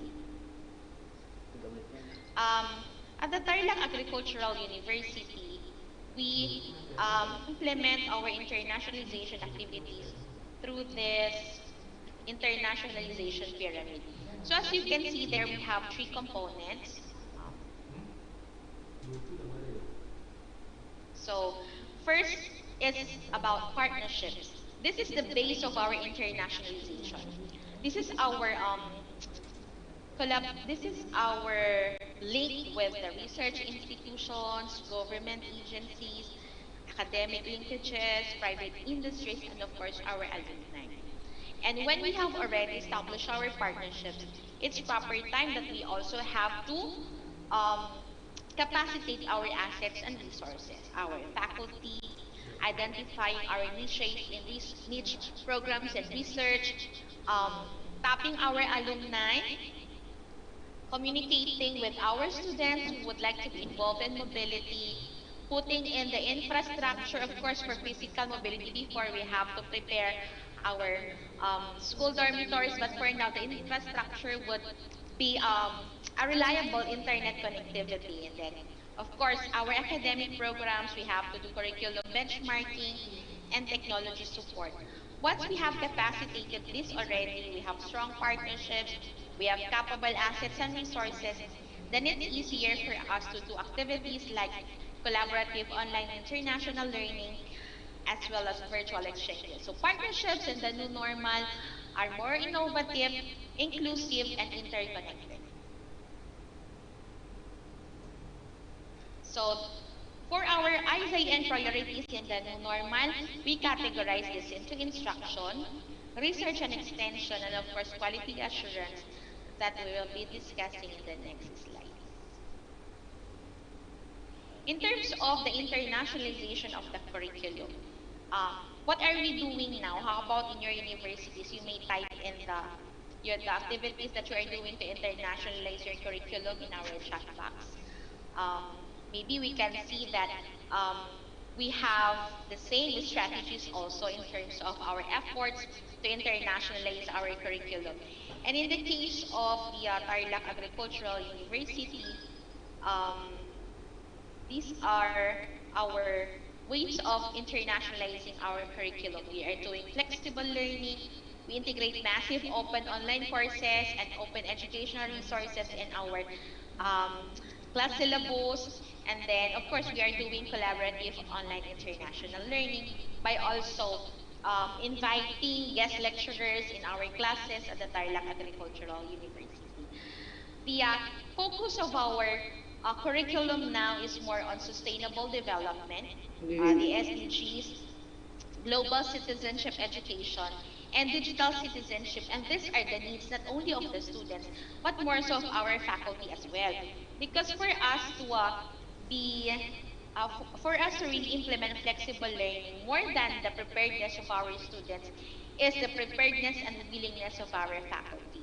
So, in order to prepare our faculty, we must have to give them the right tools, the right training, and the right perspective, and to really address their concerns and to also help them because during this time we have a lot of pressures, we have a lot of anxiety, so they really need that support from the universities that they are working with. So among the virtual activities that we have done is with the Bogor Agricultural University, our students became, our students and faculty became participants in their summer courses. We're also doing a UMAP COIL joint program with the Kansai University in Japan. And we also have, we are also doing an exchange program for e-internship with the ITS in Surabaya, and then other students, our about 32 students in veterinary medicine of TA are also attending virtual classes at Erlanga University, and our students have also applied for the East Java Exploration. As you can see, Indonesia is really our strongest partner in terms of internationalization, and now we are doing credit transfer activities with this university splash on the board. And in terms of internationalization of research and curriculum, this is something that's worth exploring also, whether universities who are here with us today and are willing to join us in our endeavor to propel research and extension during this pandemic, as we do peer review and research refereeing, co-tutel and mentoring, as well as research and collaboration grants that we can work on. Um, these are the strategic activities that we can do to internationalize research. So this is an opportunity for us to vote in, and also we must not leave behind the internationalization of quality assurance, and this may focus on our involvement with the ASEAN University Network, application for QS STARS evaluation, because for smaller universities like us who might be having difficulty in participating in the QS ranking, then QS STARS may be our alternative. And if your university is involved or is more into integrating the sustainable development goals, then we can at least explore applying for the Times Higher Education Impact Ranking. So these are some of the strategic activities that we have. And so let me end by saying, by sharing this words from Professor Don Freshwater, that our universities will remain vital places for the development of global citizens. It's high time that um, we must also involve our faculty, and students know what's really happening all over the world, so that education must not only be confined in the books, but they must also be exposed to real life situations, because these real life situations will be their stepping stone and will be their preparation for employment in the future. And of course, for our teachers, they must have a wider perspective, so that this is something that they can share to the students. Because as they say, you cannot pour from an empty cup, and you cannot share what you do not have. So what kind of knowledge can we share to our students if we don't have enough? So a university that thinks internationally is based in the local economy but works for the purpose of national and regional development. That's why we have to integrate sustainable development goals in our operations, and also we must be very vocal in incorporating the national development goals in our curriculum and in the identification of researches that we are going to implement in our respective institutions. Okay, so in behalf of the Tarlac Agricultural University, Office of External Linkages and International Affairs, I'd like to thank you for the opportunity that you have given us this afternoon, for allowing us to share our experiences and our perspectives on internationalization in this new normal. So that's it, ma'am, moderator. Maybe if there are questions later on, I'd be very much willing to answer. Thank you. Okay, thank you very much, Dr. Christine Nabofera, the Director of External Linkage and International Affairs, Tarlac Agricultural University. Okay, so from Philippines we are going to Thailand. Yeah, yeah, we have already Dr. Nico Irawan, the International College Raja Manggala University of Technology, Krungthep, Thailand. Yeah, good afternoon for Mr. Nico Irawan. Yeah, thank you so much for providing your time to be in this webinar Ugj Talks 3. Well, for all the participants here, that today we will hear from the presentation from Mr. Nico Irawan. But as we know that Mr. Nico Irawan is a full-time lecturer in International College Raja Mangala University of Technology, Krungthep, Thailand. And then his working experience as an assistant dean right now in International College of Raja Mangala University of Technology, Krungthep, Thailand. And then he was a head of International Affairs of International College of the same university, Raja Mangala University of Technology, Krungthep, Thailand. And then until right now, he is a lecturer in English education for business and management of ICUTK. And then he became overseas speaker, journal editor, reviewer, and then as a project runner with INTO Glasgow Caledonian University, United of Kingdom. And he's and as an educational consultant until right now. He has so many experience as a keynote speaker, and then you know that especially that he has been as a as a keynote speaker in decision making to public participant in our campus, Universitas Swadaya Gunung Jati or UGJ in 2018. Well, with the theme moving forward for internationalization of higher education during COVID-19 outbreak, please, Mr. Nico Irawan, time is yours.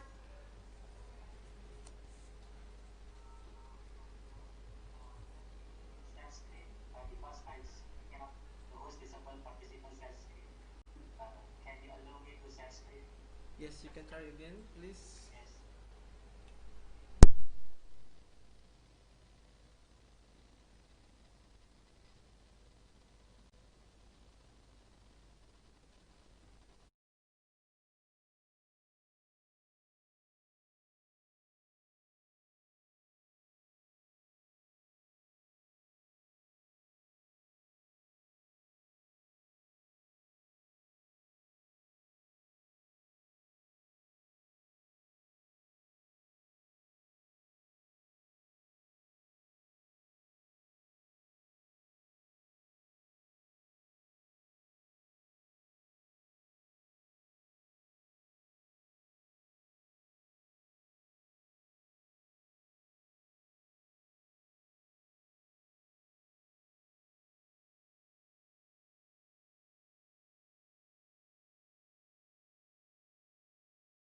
stay abroad. Before, when I stay in Indonesia, I also have some experiences. And I moved to Thailand and I created the experiences again until now. Okay, my last experience is assistant dean in the International College of Rasimangala University of Technology, Thailand. I handle some partnership, especially Indonesia, because I am also Indonesian people until now, and I expand partnership not only in Indonesia but also in UK. And my last trip with my student in United Kingdom, Scotland, if I'm not mistaken, into Glasgow Caledonian University. And making the international affair is my hobby, my preference, since I stayed in Indonesia and then moved to Thailand. And how can we do the partnership? First, we have the same ideas. We have the same teamwork because I work for Thailand and I must be loyal for my university. I expand my partnership collaborations in Asia. We do in Europe. We do in UK and America also. And we also have the goals, and we also have the evaluations for the growth of the partnership. And of course, in our ICUTK, as you know, that international college has an English curriculum, so it's convenient for us to expand the collaboration, especially when we have a lot of students from foreigners, from abroad, and they can study in ICUTK because we have the English curriculum. And then how to run the international affair? For the first time, we should have the introduction like today I speak in Ugj and I meet the partnership from Philippines, the partnership from France, and from Indonesia itself also. So we have introduction. And from the introduction, we usually have keep in touch. We share the mobile phone or email, and we extend the collaboration, and we try to have the mutual understanding, such as we can share implementation program, such as exchange student, sit-in student, and we try to visit usually before COVID-19, before pandemic, almost every month I go abroad and I try to visit and revisit sometimes my partnership, visit the ICUTK or we visit ICUTK. We visit the university abroad. And we try to discuss more and more based on the agreement, based on the umbrella. Our umbrella is a MOU signing. And try to be trusted and realize the risk of the program. And from the mutual understanding, both our program can be matched each other. And recognize new people will be more beneficial. I have a lot of friends, not only from Indonesia, but also from UK, because we always keep in touch. And from India also, I noticed in this webinar, there are a lot of students of Professor Ravindra from University of Lucknow. I think it's good for starting point, good for the collaborations, extended partnership. And then the social media is the tool to know each other. Sometimes Facebook or Instagram is a tool for socialization, especially for the partnership program. And time is more convenient, but now everything is virtual. Like I stay in Thailand now, I cannot go back to Indonesia because pandemic and some process if I go to Indonesia, but we still can meet each other in Zoom meeting. And wear and keep the promise for the negotiations. This is based on the agreement. I quote from, because I teach cross-culture management in my university, I try to quote this reference that when we try to want the partnership, we need to master this theory, such as the observation and behavior. Observation means we start the partnership. What we want, our partnership also have a willing to implement and try to interviews and survey and interpretation. We have the interpretation and we have belief and assumption also. that is the navigating the seas of the international business. But when implement in the partnership is possible.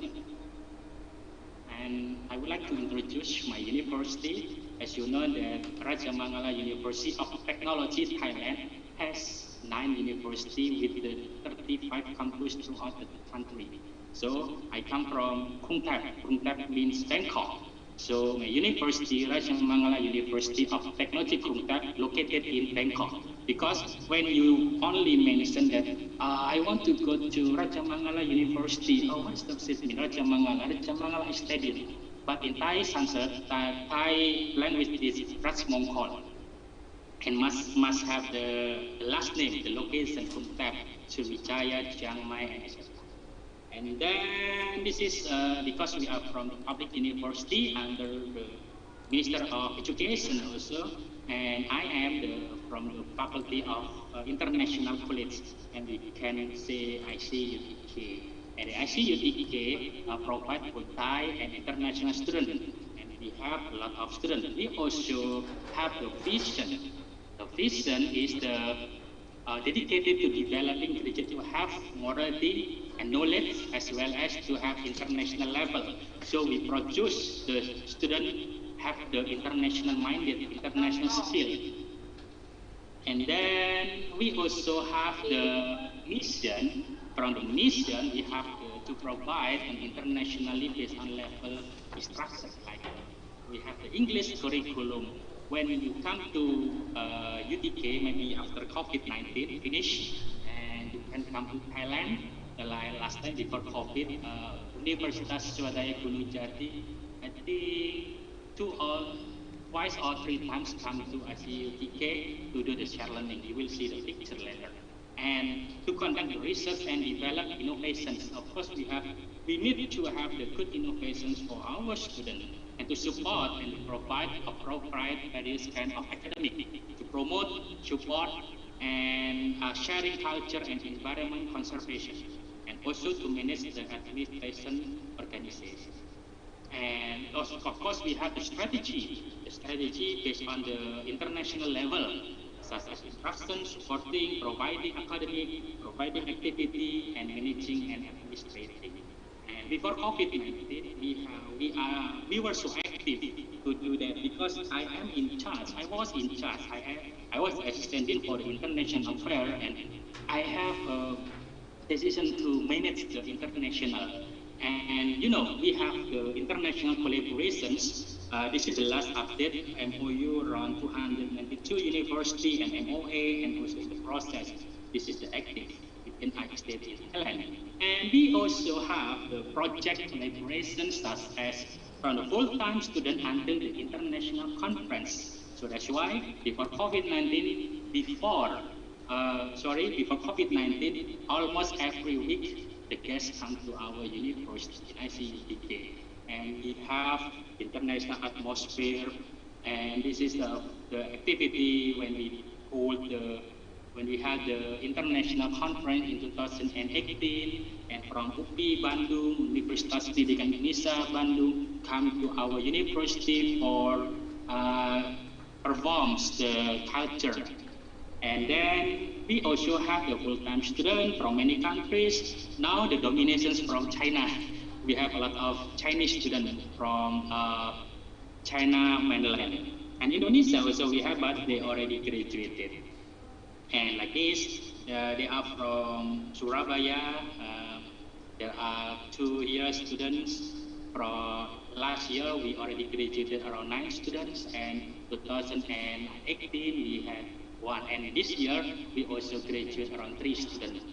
So that's why we are so active. And sometimes the university from Indonesia invite us to join the activities such as the summer program. I send the student, and me also, I come to Surabaya, to UNESA, and then they join the, and then we also send the students on the project-based learning in Universitas Muhammadiyah Malang, Malang Suara, Indonesia also.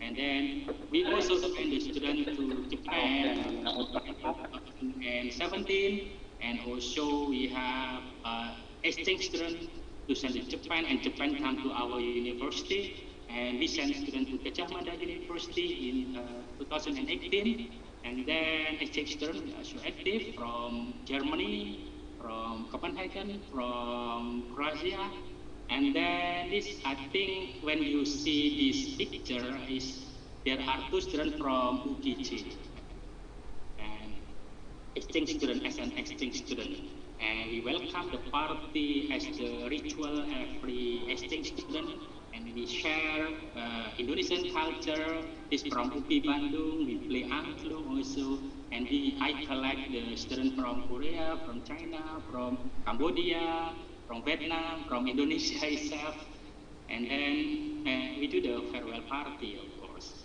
So after everything finished, we give the certificate, and not only they study in the classroom, but also they need to study about the environment, such as the public volunteer and the Grand Village.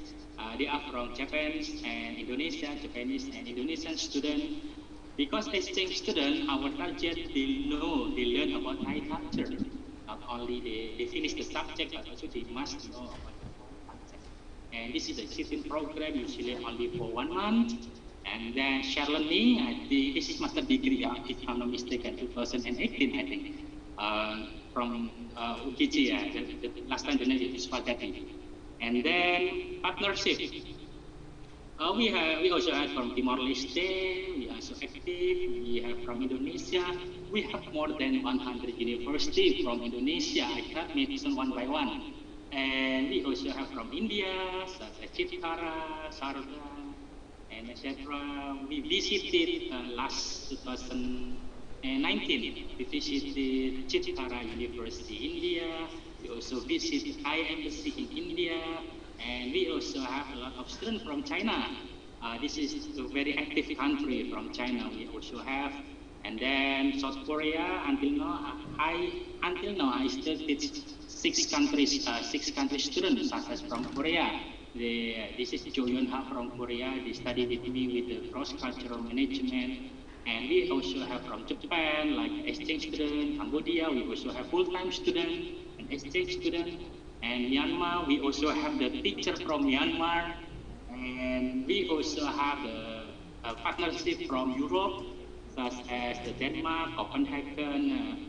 Since 2015, they always send at the minimum 55 students from Copenhagen. They study in ICUTK around 2 weeks for the business academic.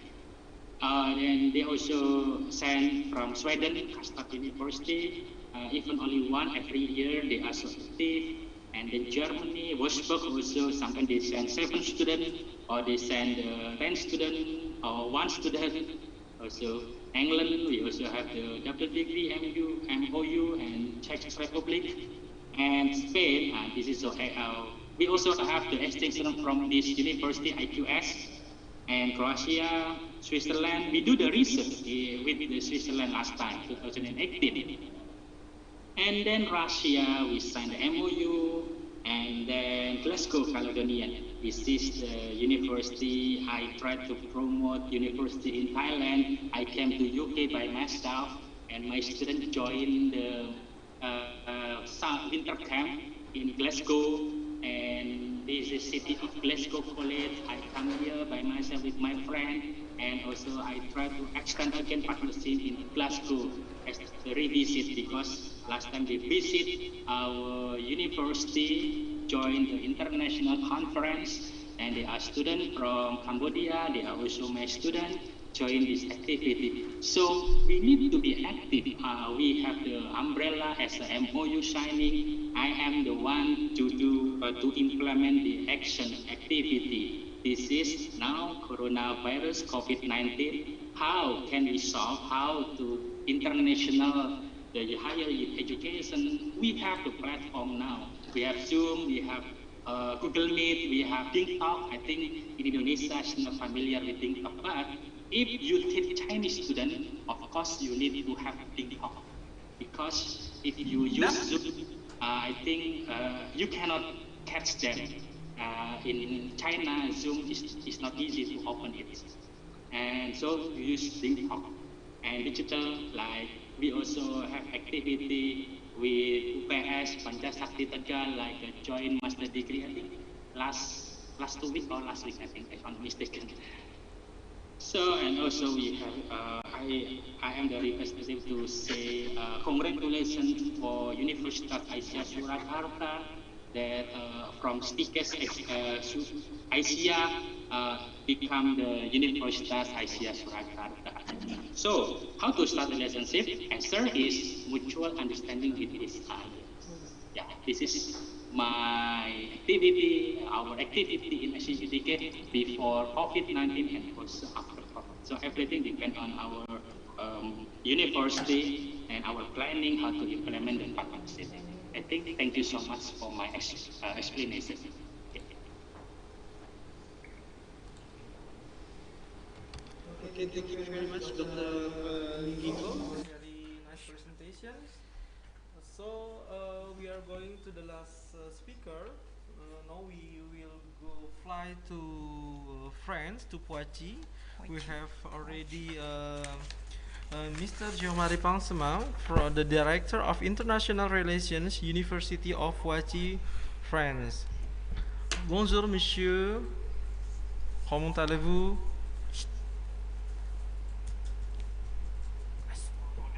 Oui, bonjour. Ça va?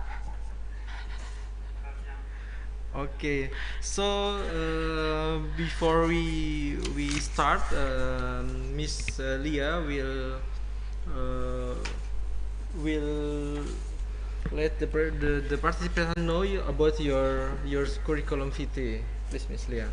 Well, good afternoon for Dr. Jean-Marie Panchemang. Good afternoon, sir. Hello, sir. Yeah. Thank you for Mr. Jean-Marie Pangshamang. And actually that we would like to, everybody knows that Mr. Jean-Marie Pangshamang, before participating in here, Mr. Jean-Marie Pangshamang got in an accident. That was very bad news, yes, sir. And then you got a surgery section, and then you have been treated in hospital. We are very sorry to hear that, and then hopefully that you will be better and better and get well soon, sir. Yeah, and thank you very much for your participation here, and then we do really appreciate about that. Okay, for all the participants, we would like to inform you that Mr. Jean-Marie Pangshamang has been working in managing and developing international cooperation in research and doctoral studies for more than 15 years in NGOs, national research institutes and universities. And since 2015, he worked as a Mary Sklodowska Curie Action NCP, or National Contact Point for the Ministry of Higher Education and Research, or what we call MESRI, to advise potential application to the program. And since 2015, he has also been in charge of the development of Indonesian cooperation at the University of Poitiers via Erasmus, or plus a KA 107 program. And then he is so interested in project dealing with internationalization, transfer of skill as a networking, communication, social networks, and promotion of European funding programs Erasmus and Horizon 2020. And then Mr. Jean-Marie Pangshamang has a special expert for recruiting research or international cooperation staff selected by French Ministry of Higher Education and Research. Well, for Mr. Jean-Marie Pangshamang, with the theme effective strategies in the internationalization of higher education during the COVID-19 pandemic, time is yours.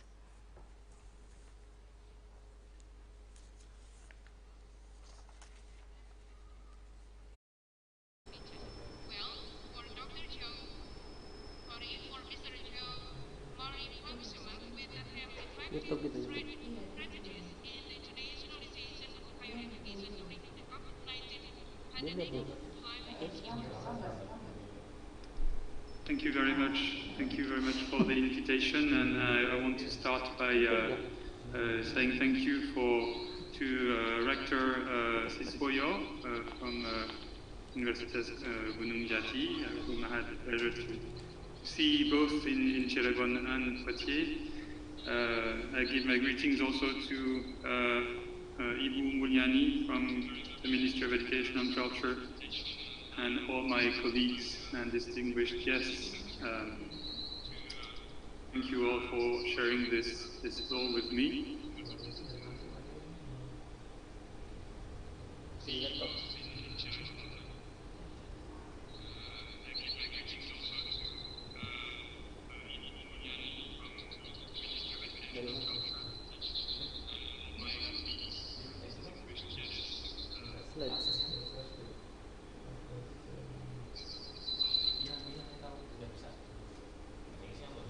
Gara, if you can you show my presentation, or shall I share it from my computer?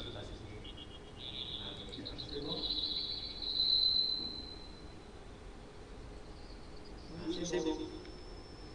Merci.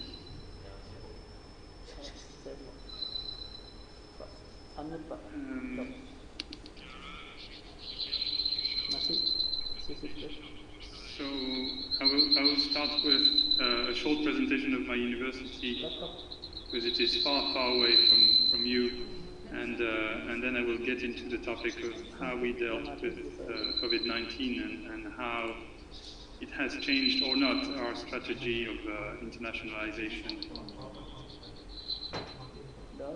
You switch the slide, please, Yana.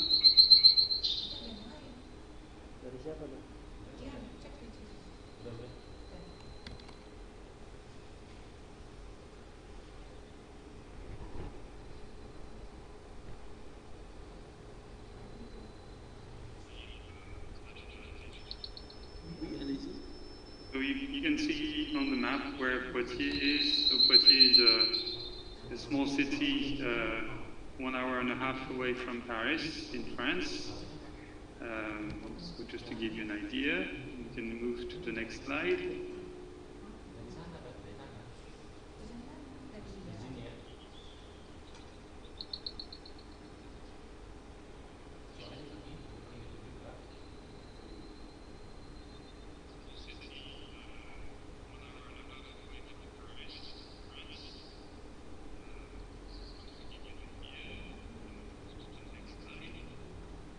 And so in Poitiers, the university is very important because it is a large part of the population and of the activity. We can move to the next slide, please.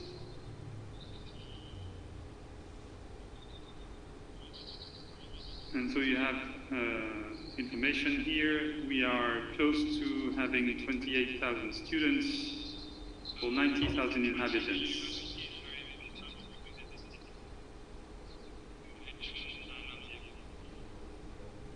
And in these 28,000 students, we have more than 4,000 international students.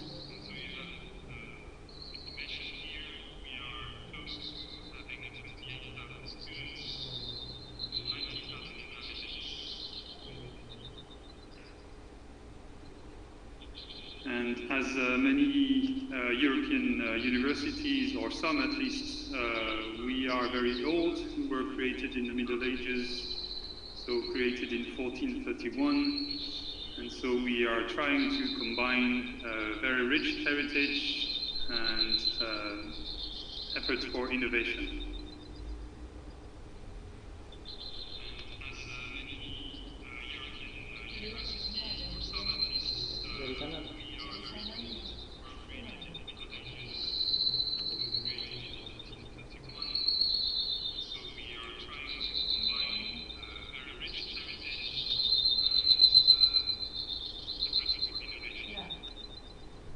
So here are a few buildings of the city and the campus of Poitiers. So this slide on the heritage part, and the next slide on the more modern campus.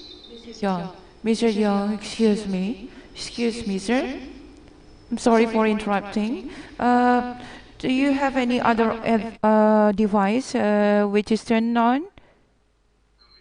Maybe I should turn off my sound. All device. I mean that. Better now? Yeah. There is some noisy sound. But it's okay. You keep presenting, sir. I'm so sorry. Sure.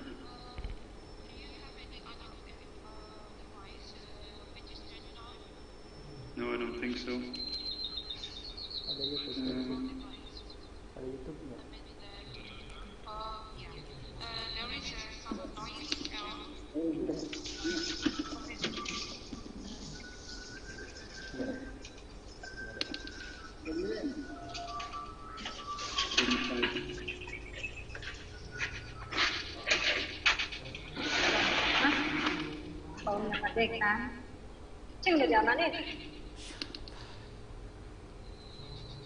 Yes, sir. You may continue. You may continue for presenting, sir.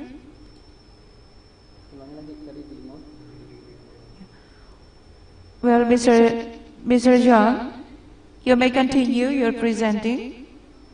We are so very sorry for interrupting this one.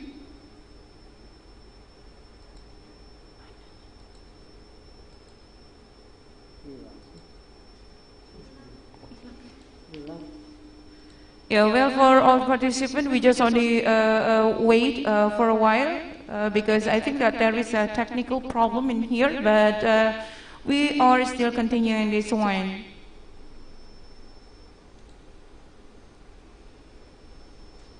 We try to catch Mr. Chiang.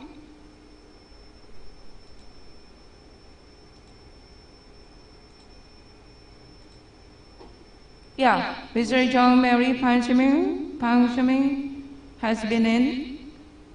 Thank you, sir.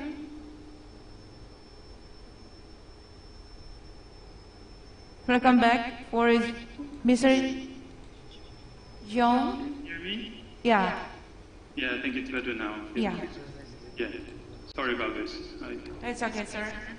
I had some other window open at the same time. Okay, so we can move on to the next slide to show the more modern aspect of the campus with the engineering schools, for example. We are a comprehensive university, so I'm not giving you a lot of detail now, but from history to engineering to chemistry and health, and we are again a comprehensive university. So in Poitiers, you can learn about basically every topic. And next slide, please. So I want to move on now to the topic for today regarding the strategies for internationalization of higher education during the COVID-19 and pandemic, and how we coped with this, especially in my university. Next slide. Basically, there was two sides of it. First was the supervision of the sanitary evolution and the adaptation. So I'll just give you a quick information about the timeline and how it happened in Europe and how we are dealing now with students coming back to school nowadays and with the sanitary protocols. And later on I will give you information about the strategies for internationalization. First the French view, and then the European approach, and how we are combining both at my university. Next slide, please. And again. Thank you. As you probably know, in Europe we had the early signs of the COVID pandemic in January. First with our students coming back from China, and then of course the development in Italy and Spain before it really spread over, and we had to react quickly and use confinement. So offices and all the classes were locked out since March and over the summer. And at that time it was really crisis management because we had lots of students all over the place, whether abroad or international students at home. And I want to give praise to all the students from Indonesia that were in Poitiers at the time, especially those from Untan in Pontianak and also staff from Universitas Gadjah Mada,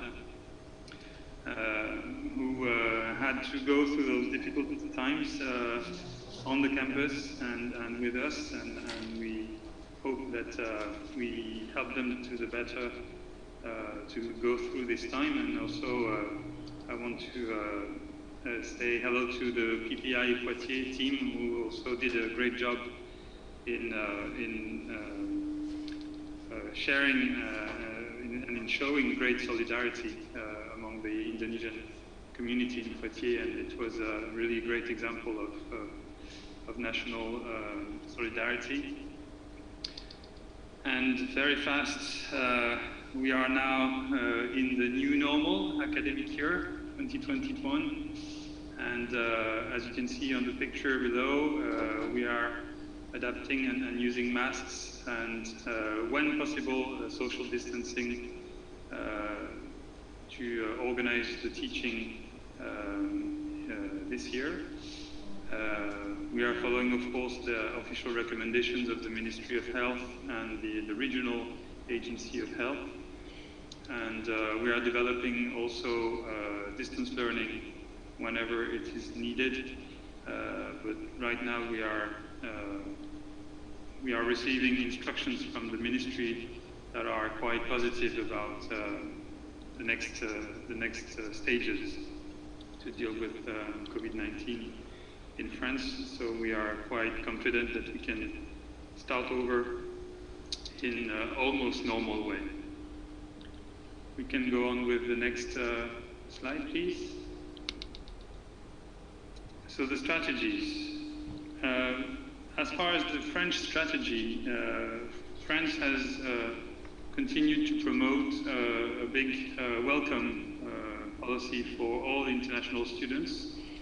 And here I gave some information that you can find on the Campus France website.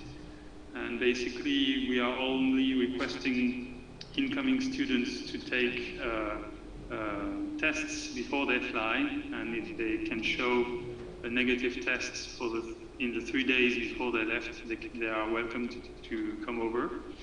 And the French embassy is facilitating the delivery of visas, for example. So if you are interested and if you have already planned to come this year, all the efforts are made to facilitate your coming. Next slide, please. And in addition to this continuity of welcoming students, we are also continuing the programs, the cooperation programs with Indonesian partners. That's the next slide. So specifically with the Institut Français, French Institute in Jakarta. Can you move on to the next slide, please?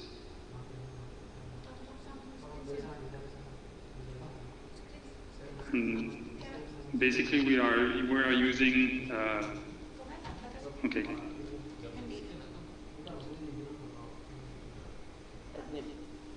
The same program that have been going on are still going. So, for example, PhD Nusantara for research, and the Science and Impact program for research as well, and also the Eiffel Scholarship program for students. So you will find all the documents in my slide once they show. Maybe I can share it myself. Yeah, what do you think?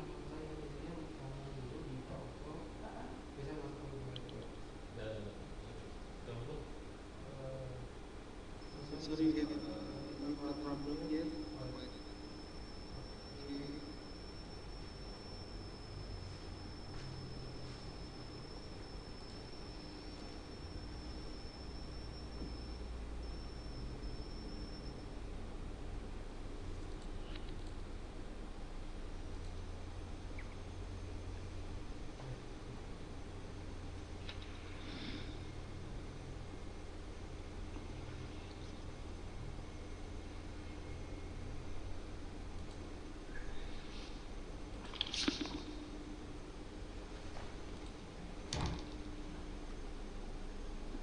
Switching to a different part, just to get some.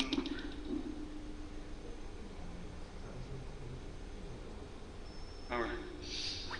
Okay, so as I was saying, the Institut Français is still offering the same programs for cooperation, both for research, so the Nusantara program and the Science and Impact program, and also for student mobility with the Eiffel Excellence program. So these programs are still available. And as far as Europe, the Erasmus program, which is funding some of our cooperation with several universities, including in Indonesia. We have a program running with Universitas Gunung Jati, with Universitas Pertamina, with Universidad Gajah Mada, and also with Universitas Tanjung Pura in Pontianak. And these funding programs have been expanded, even though we had the COVID-19, so that the funding is still available for an additional year. And also, you can see on my slide now the new program that starts in 2021. Europe is still investing a lot of money in the internationalization of education with the Erasmus program, and you see that we doubled the budget that we had from this year. So of course, most of it is between European countries, but part of it is also to fund cooperation with partners from other parts of the world, including Indonesia and all countries. Next slide, please. So at the University of Poitiers, we, as a precaution, we chose to freeze or to suspend the non-EU mobilities until January 2021, because we wanted to see how the sanitary situation would be in September and October before we could open again the situation in Poitiers. But as I said, we have good signs from the ministry and from the sanitary authorities, and because of that, we are continuing to push for more cooperation in the long term. So we are working with our partners from the Coimbra group, and we drafted a report. I shared the link a bit earlier. We wrote a report on how we coped and how we responded to COVID-19, so that is a report that you might be interested in checking out. And also the University of Poitiers has received a new funding to create a European campus for city universities. So the project is called EC2U. And so we are still working and still pushing for more internationalization of higher education. Of course, I understand that the COVID-19 was a big stop in our developments, and obviously last year and this year we have had to adapt and turn to distance learning, to internationalization at home, to new types of virtual mobilities, and we are all using all these tools as well. But I believe that very soon we will have the new normal, and we will have the new capacities to travel and to enhance our cooperations again once the sanitary situation is under control. It has been quite a dramatic event, of course, this year, and it has raised a lot of questions in terms of how we organize and how we deal with this type of crisis. But I think it's a learning curve, and now that we have gone through this experience all together, we are probably better at coping with that in the future. Globalization means globalization of people and globalization also of viruses and diseases, so it might not be the last time that we face such a challenge. But I think universities will still find ways to develop their cooperation, and even if we have to stop for a few months, we will be able to take over and to continue very soon. So that's all I wanted to add for this presentation. Terima kasih, and again, thank you very much for inviting me for this this very insightful webinar with my colleagues, and it has been a pleasure to see the familiar faces from Indonesia. I hope we can meet again in real life very soon, hopefully in early 2021. Okay, thank you very much, Mr. Jean-Marie Banseman. That was a very interesting presentation. And so we will go to the discussion session. Unfortunately, we will have maybe 10 minutes for the discussion sessions. So, Bapak Ibu, ada beberapa pertanyaan yang sudah masuk ke kami ditujukan kepada Ibu Evi. Hanya barusan Ibu Evi menyampaikan ke kami permohonan maaf karena beliau ada kepentingan lain, ada rapat mendadak sehingga beliau tidak bisa menjawab pertanyaan secara langsung. Nanti pertanyaan dari Bapak Ibu kami akan kirimkan melalui email beliau dan akan dijawab oleh beliau. Okay, for the first question to Mr. Jean-Marie Banseman, yeah, the question is there a scholarship program to continue studying abroad, especially the cooperations between the Ministry of Education and Culture of the Republic of Indonesia with the government of France? Thank you.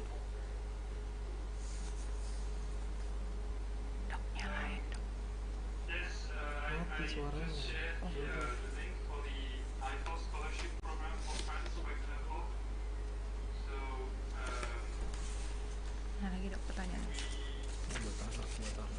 the French ministry is still offering scholarship programs for students all over the world, and it's really a big strategic move from our authorities.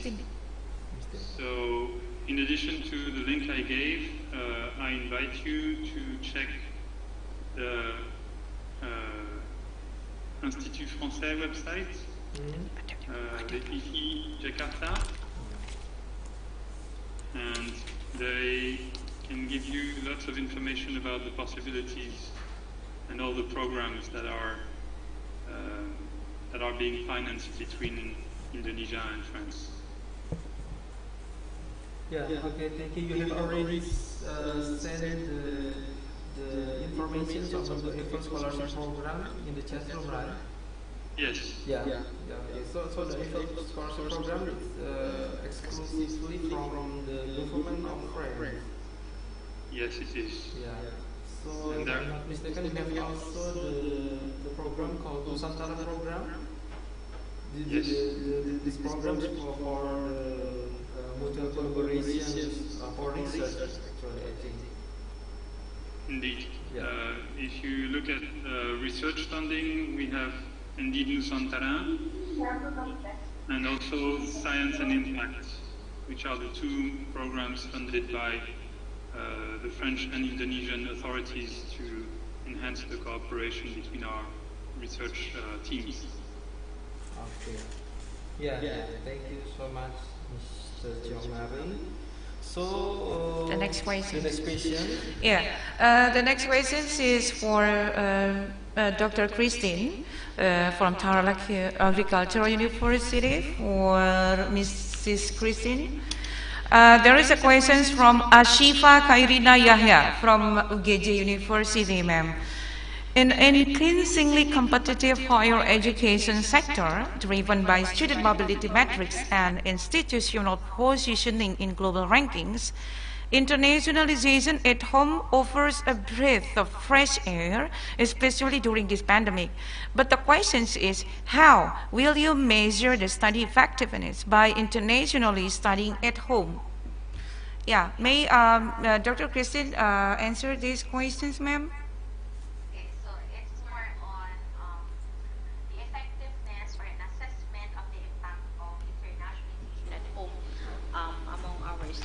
That what she means by the question. So, of course, this is a start for most of us here. This is the first time that we're going to conduct this mobility program, internationalization at home, particularly on virtual exchanges. To measure the impact of this form of international mobility, it may be necessary that we have to back up this in the form of research. So, at the end of the semester or in a year, that's the best time for us to measure its effectiveness and the impact of what we are doing. We have to identify the specific metrics and indicators of what it makes to be an effective home-based internationalization program, like for example, engagement of the students, achievement of learning outcomes, and even multicultural intelligence and cultural appreciation among our students. So as of now, TAU has not yet into that. We have not conducted an impact assessment yet, but of course, in every activity that we are doing, we are always doing monitoring and evaluation, and we will be including this form of research after the semester. There are other ways on how we can measure the impact, but it always depends on the kind of if QS, for example, has its own metrics, then that will be the basis of our evaluation, because there are also other forms of assessing the impact of our internationalization program. What I'm saying here is the assessment that we are doing is contextualized based on the needs of the assessment agency or the organization that may be needing the results of our assessment. Yeah, thank you for Dr. Christine for a nice answer. Yeah, the next question is the third question. We have more, yeah? For Dr. Nico. Are you in, Dr. Nico Irawan? Yeah, there is a question for you. I read that the most common approach to remote emergency teaching report by institution are like live streaming and recording of lectures and classes with stick to original timetables for face-to-face lessons, pre-recording of lectures and posting them on the institution learning management system, posting of materials on the learning management system. The question is, are those systems really effective, sir? How about the exam days or for making thesis, which is required us to get the data from people, civilian fields? Will online studies will be really effective for this? Pandemic victim number keep increasing and it's make us quite cautious. Thank you, sir. That's the questions. Okay, thank you very much for the question. I think it's a nice question, and I have experience in teaching online. Since in Thailand, I did since February after the New Year, and because some of my Chinese students come back to China until now they cannot come to Thailand.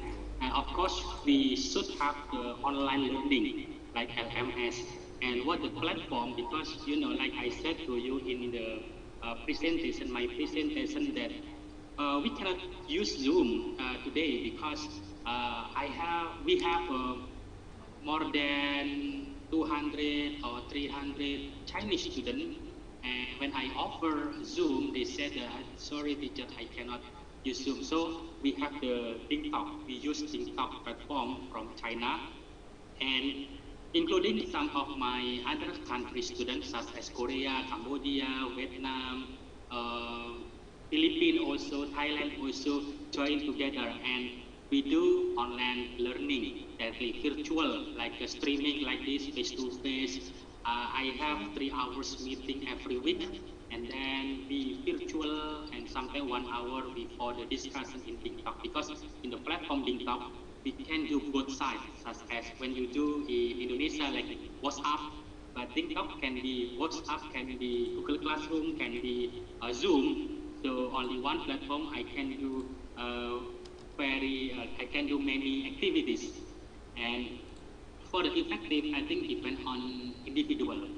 If I said to the student, I will do the streaming, they join my class and they use the online learning and they use the virtual learning. So I asked them, some of them are happy with online, but some of them still say, I'm not happy, teacher, with online because I cannot meet my friends, I cannot meet the teacher face-to-face. This is the individual opinion.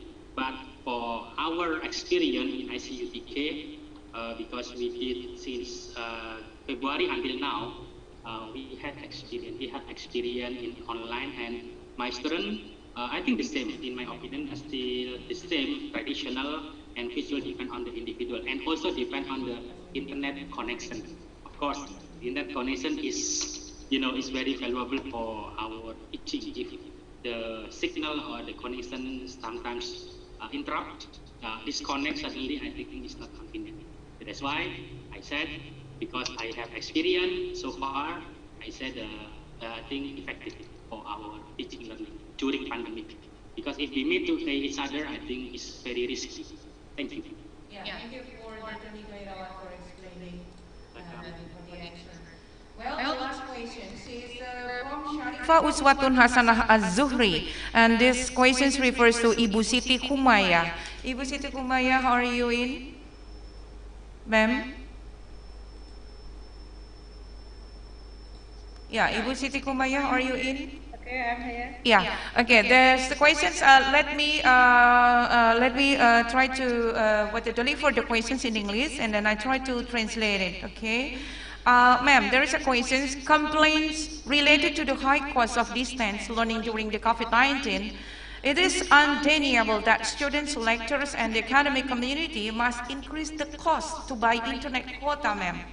UGJ made a policy of providing UKT relief for students who face financial constraints during the COVID-19 pandemic in the form of cutting tuition payments, such as quota subsidies.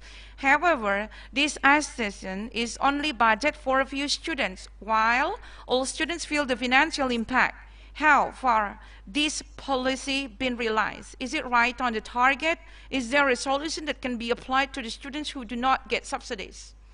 Ya, mungkin I will translate to all participant here. Ada pertanyaan dari Mbak Sharifah Uswatin Hasanah Az-Zuhri, di mana banyaknya keluhan yang berhubungan dengan biaya pembelajaran pada online sistem di masa pandemi COVID-19 ini.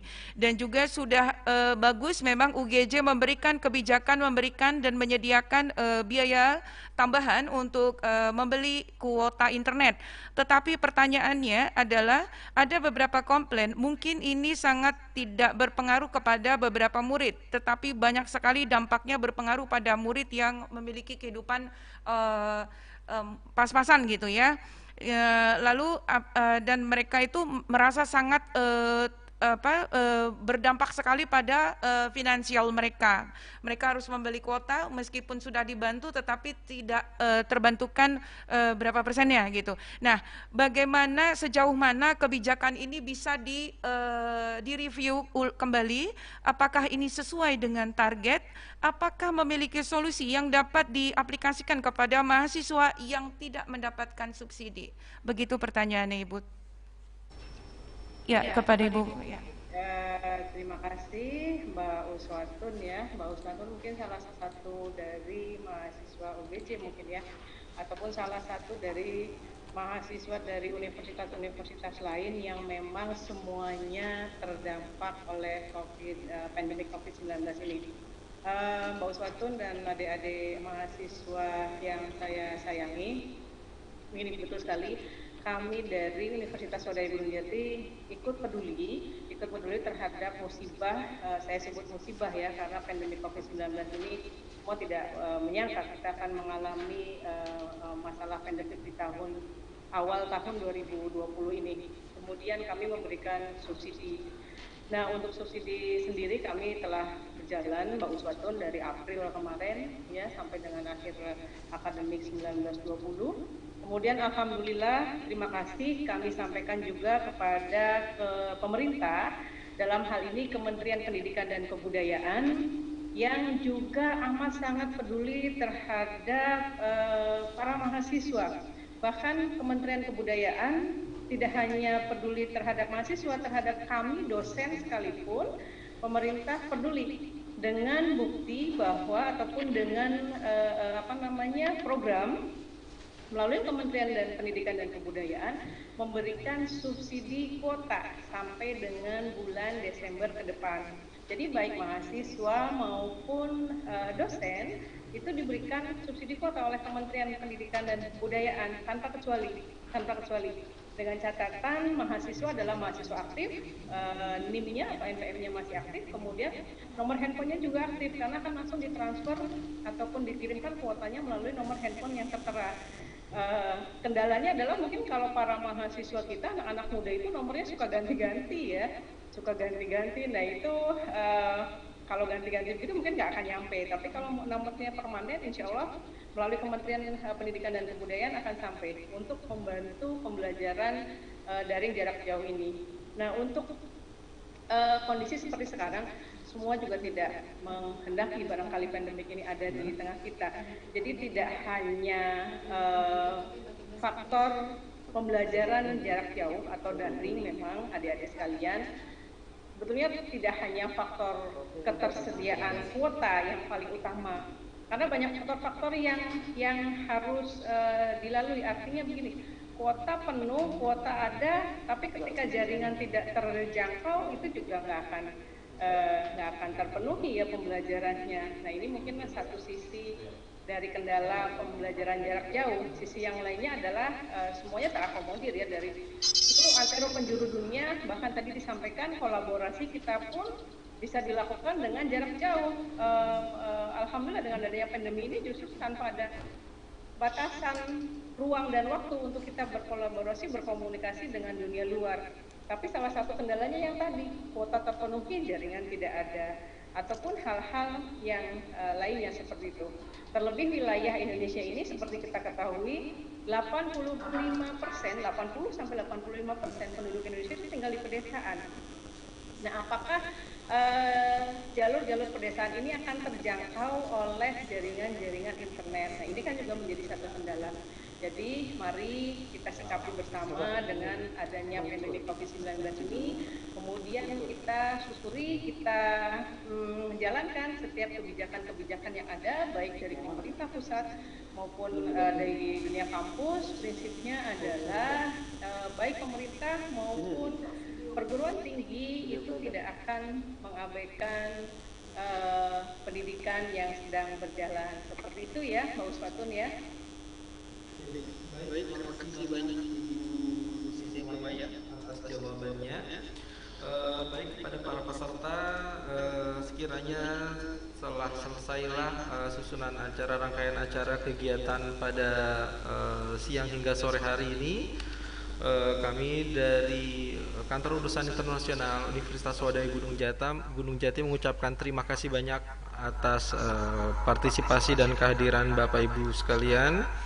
Kami sampaikan terima kasih banyak juga kepada para pemateri, terutama kepada Ibu Evi Mulyani sebagai Kepala Biro Kerjasama dan Hubungan Masyarakat Kemendikbud RI, kemudian Ibu Siti Kumaya selaku Wakil Rektor 4, dan Dr. Christine Nabor Ferrer dari Tarlac Agricultural University Filipina, dan Dr. Niko Irawan dari International College Raja Manggala University of Technology Thailand, dan Mr. Jean-Marie Pansemang, the Director of International Relations, University of Poitiers, France.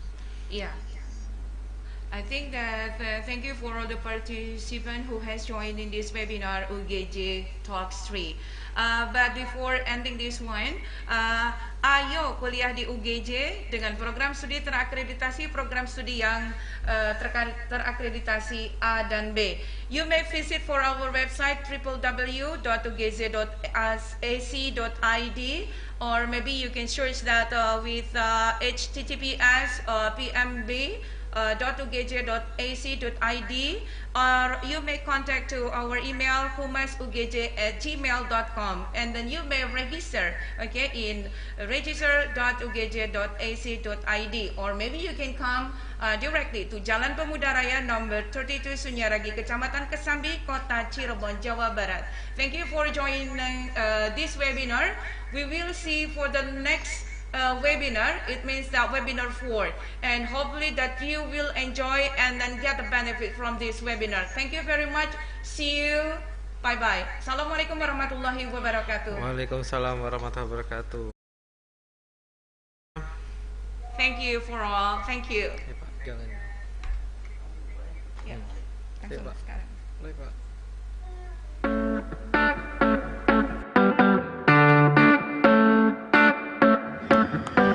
Gunung Jati Swadaya University, UGJ, was established on January 16, 1961, coincides with the founding of the Foundation of Pendidikan Swadaya Gunung Jati. Times goes on, UGJ continues to develop itself. Until 2019-2020 academic year has held 7 faculties and programs, postgraduates with 22 study programs.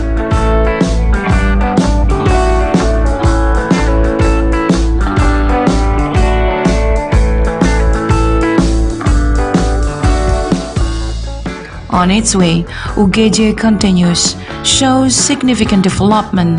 UGJ gets an institutional accreditation score quite encouraging, with a title B. 4 of them were study programs accredited A. UGJ also achieved quality ISO 9001 standard management system in 2015. UGJ has 4 campuses. The first campus is located at Jalan Pemuda number 32. The second campus on Jalan Perjuangan number 1. The third campus on Jalan Terusan Pemuda number 1. The fourth campus on Terusan Bima Street number 1A. UGJ has a vision to become a college leading research based on local wisdom towards the global level in 2034. With the motto Pintar, Performance, Integrity, Networking, Trust Maintenance, Achievement, Motivation, and Religious. UGJ national ranking continues to rise from 2,141 public and private college in 2019. UGJ is in a cluster 3 with ranking 140th. To realize this vision, UGJ continues improving education and teaching based on research results by utilizing technology, information, and communication quality in order to increase our nation's competitiveness. Carry out research that has characteristics of excellence and innovation by lifting the local wisdom of the archipelago and service to the community in the form empowerment based on research result as form of institutional social responsibility. Creating an academic atmosphere to support the implementation of activities, education, research, and service to the community based on faith and piety. Carry out cooperation with various domestic and foreign institutions to support the development of the university and develop students' potential, both in mastering hard and soft skills through intra and extracurricular activities. and foster entrepreneurial spirit and reliable leadership. The demand of students and graduates from year to year continues to be increased. In addition, UGJ develops the organization which is based in response to various change that is being occurred. Research institution and community service, agency quality assurance and innovation, agency academic development, agency business development, consultancy institution, and legal aid. To realize its vision, UGJ continues adding classroom facilities that are adequate, laboratory space in each, study and library program, polyclinic health, sport facilities, auditorium, mosque, as well as a variety of activity units, student affairs, photography, and radio, microphone, clip, lighting. UGJ also developed information systems sustainable to support in improving the quality of academic activities and information-based service for students and technology. UGJ is a decent choice for the next generation as the future of the nation.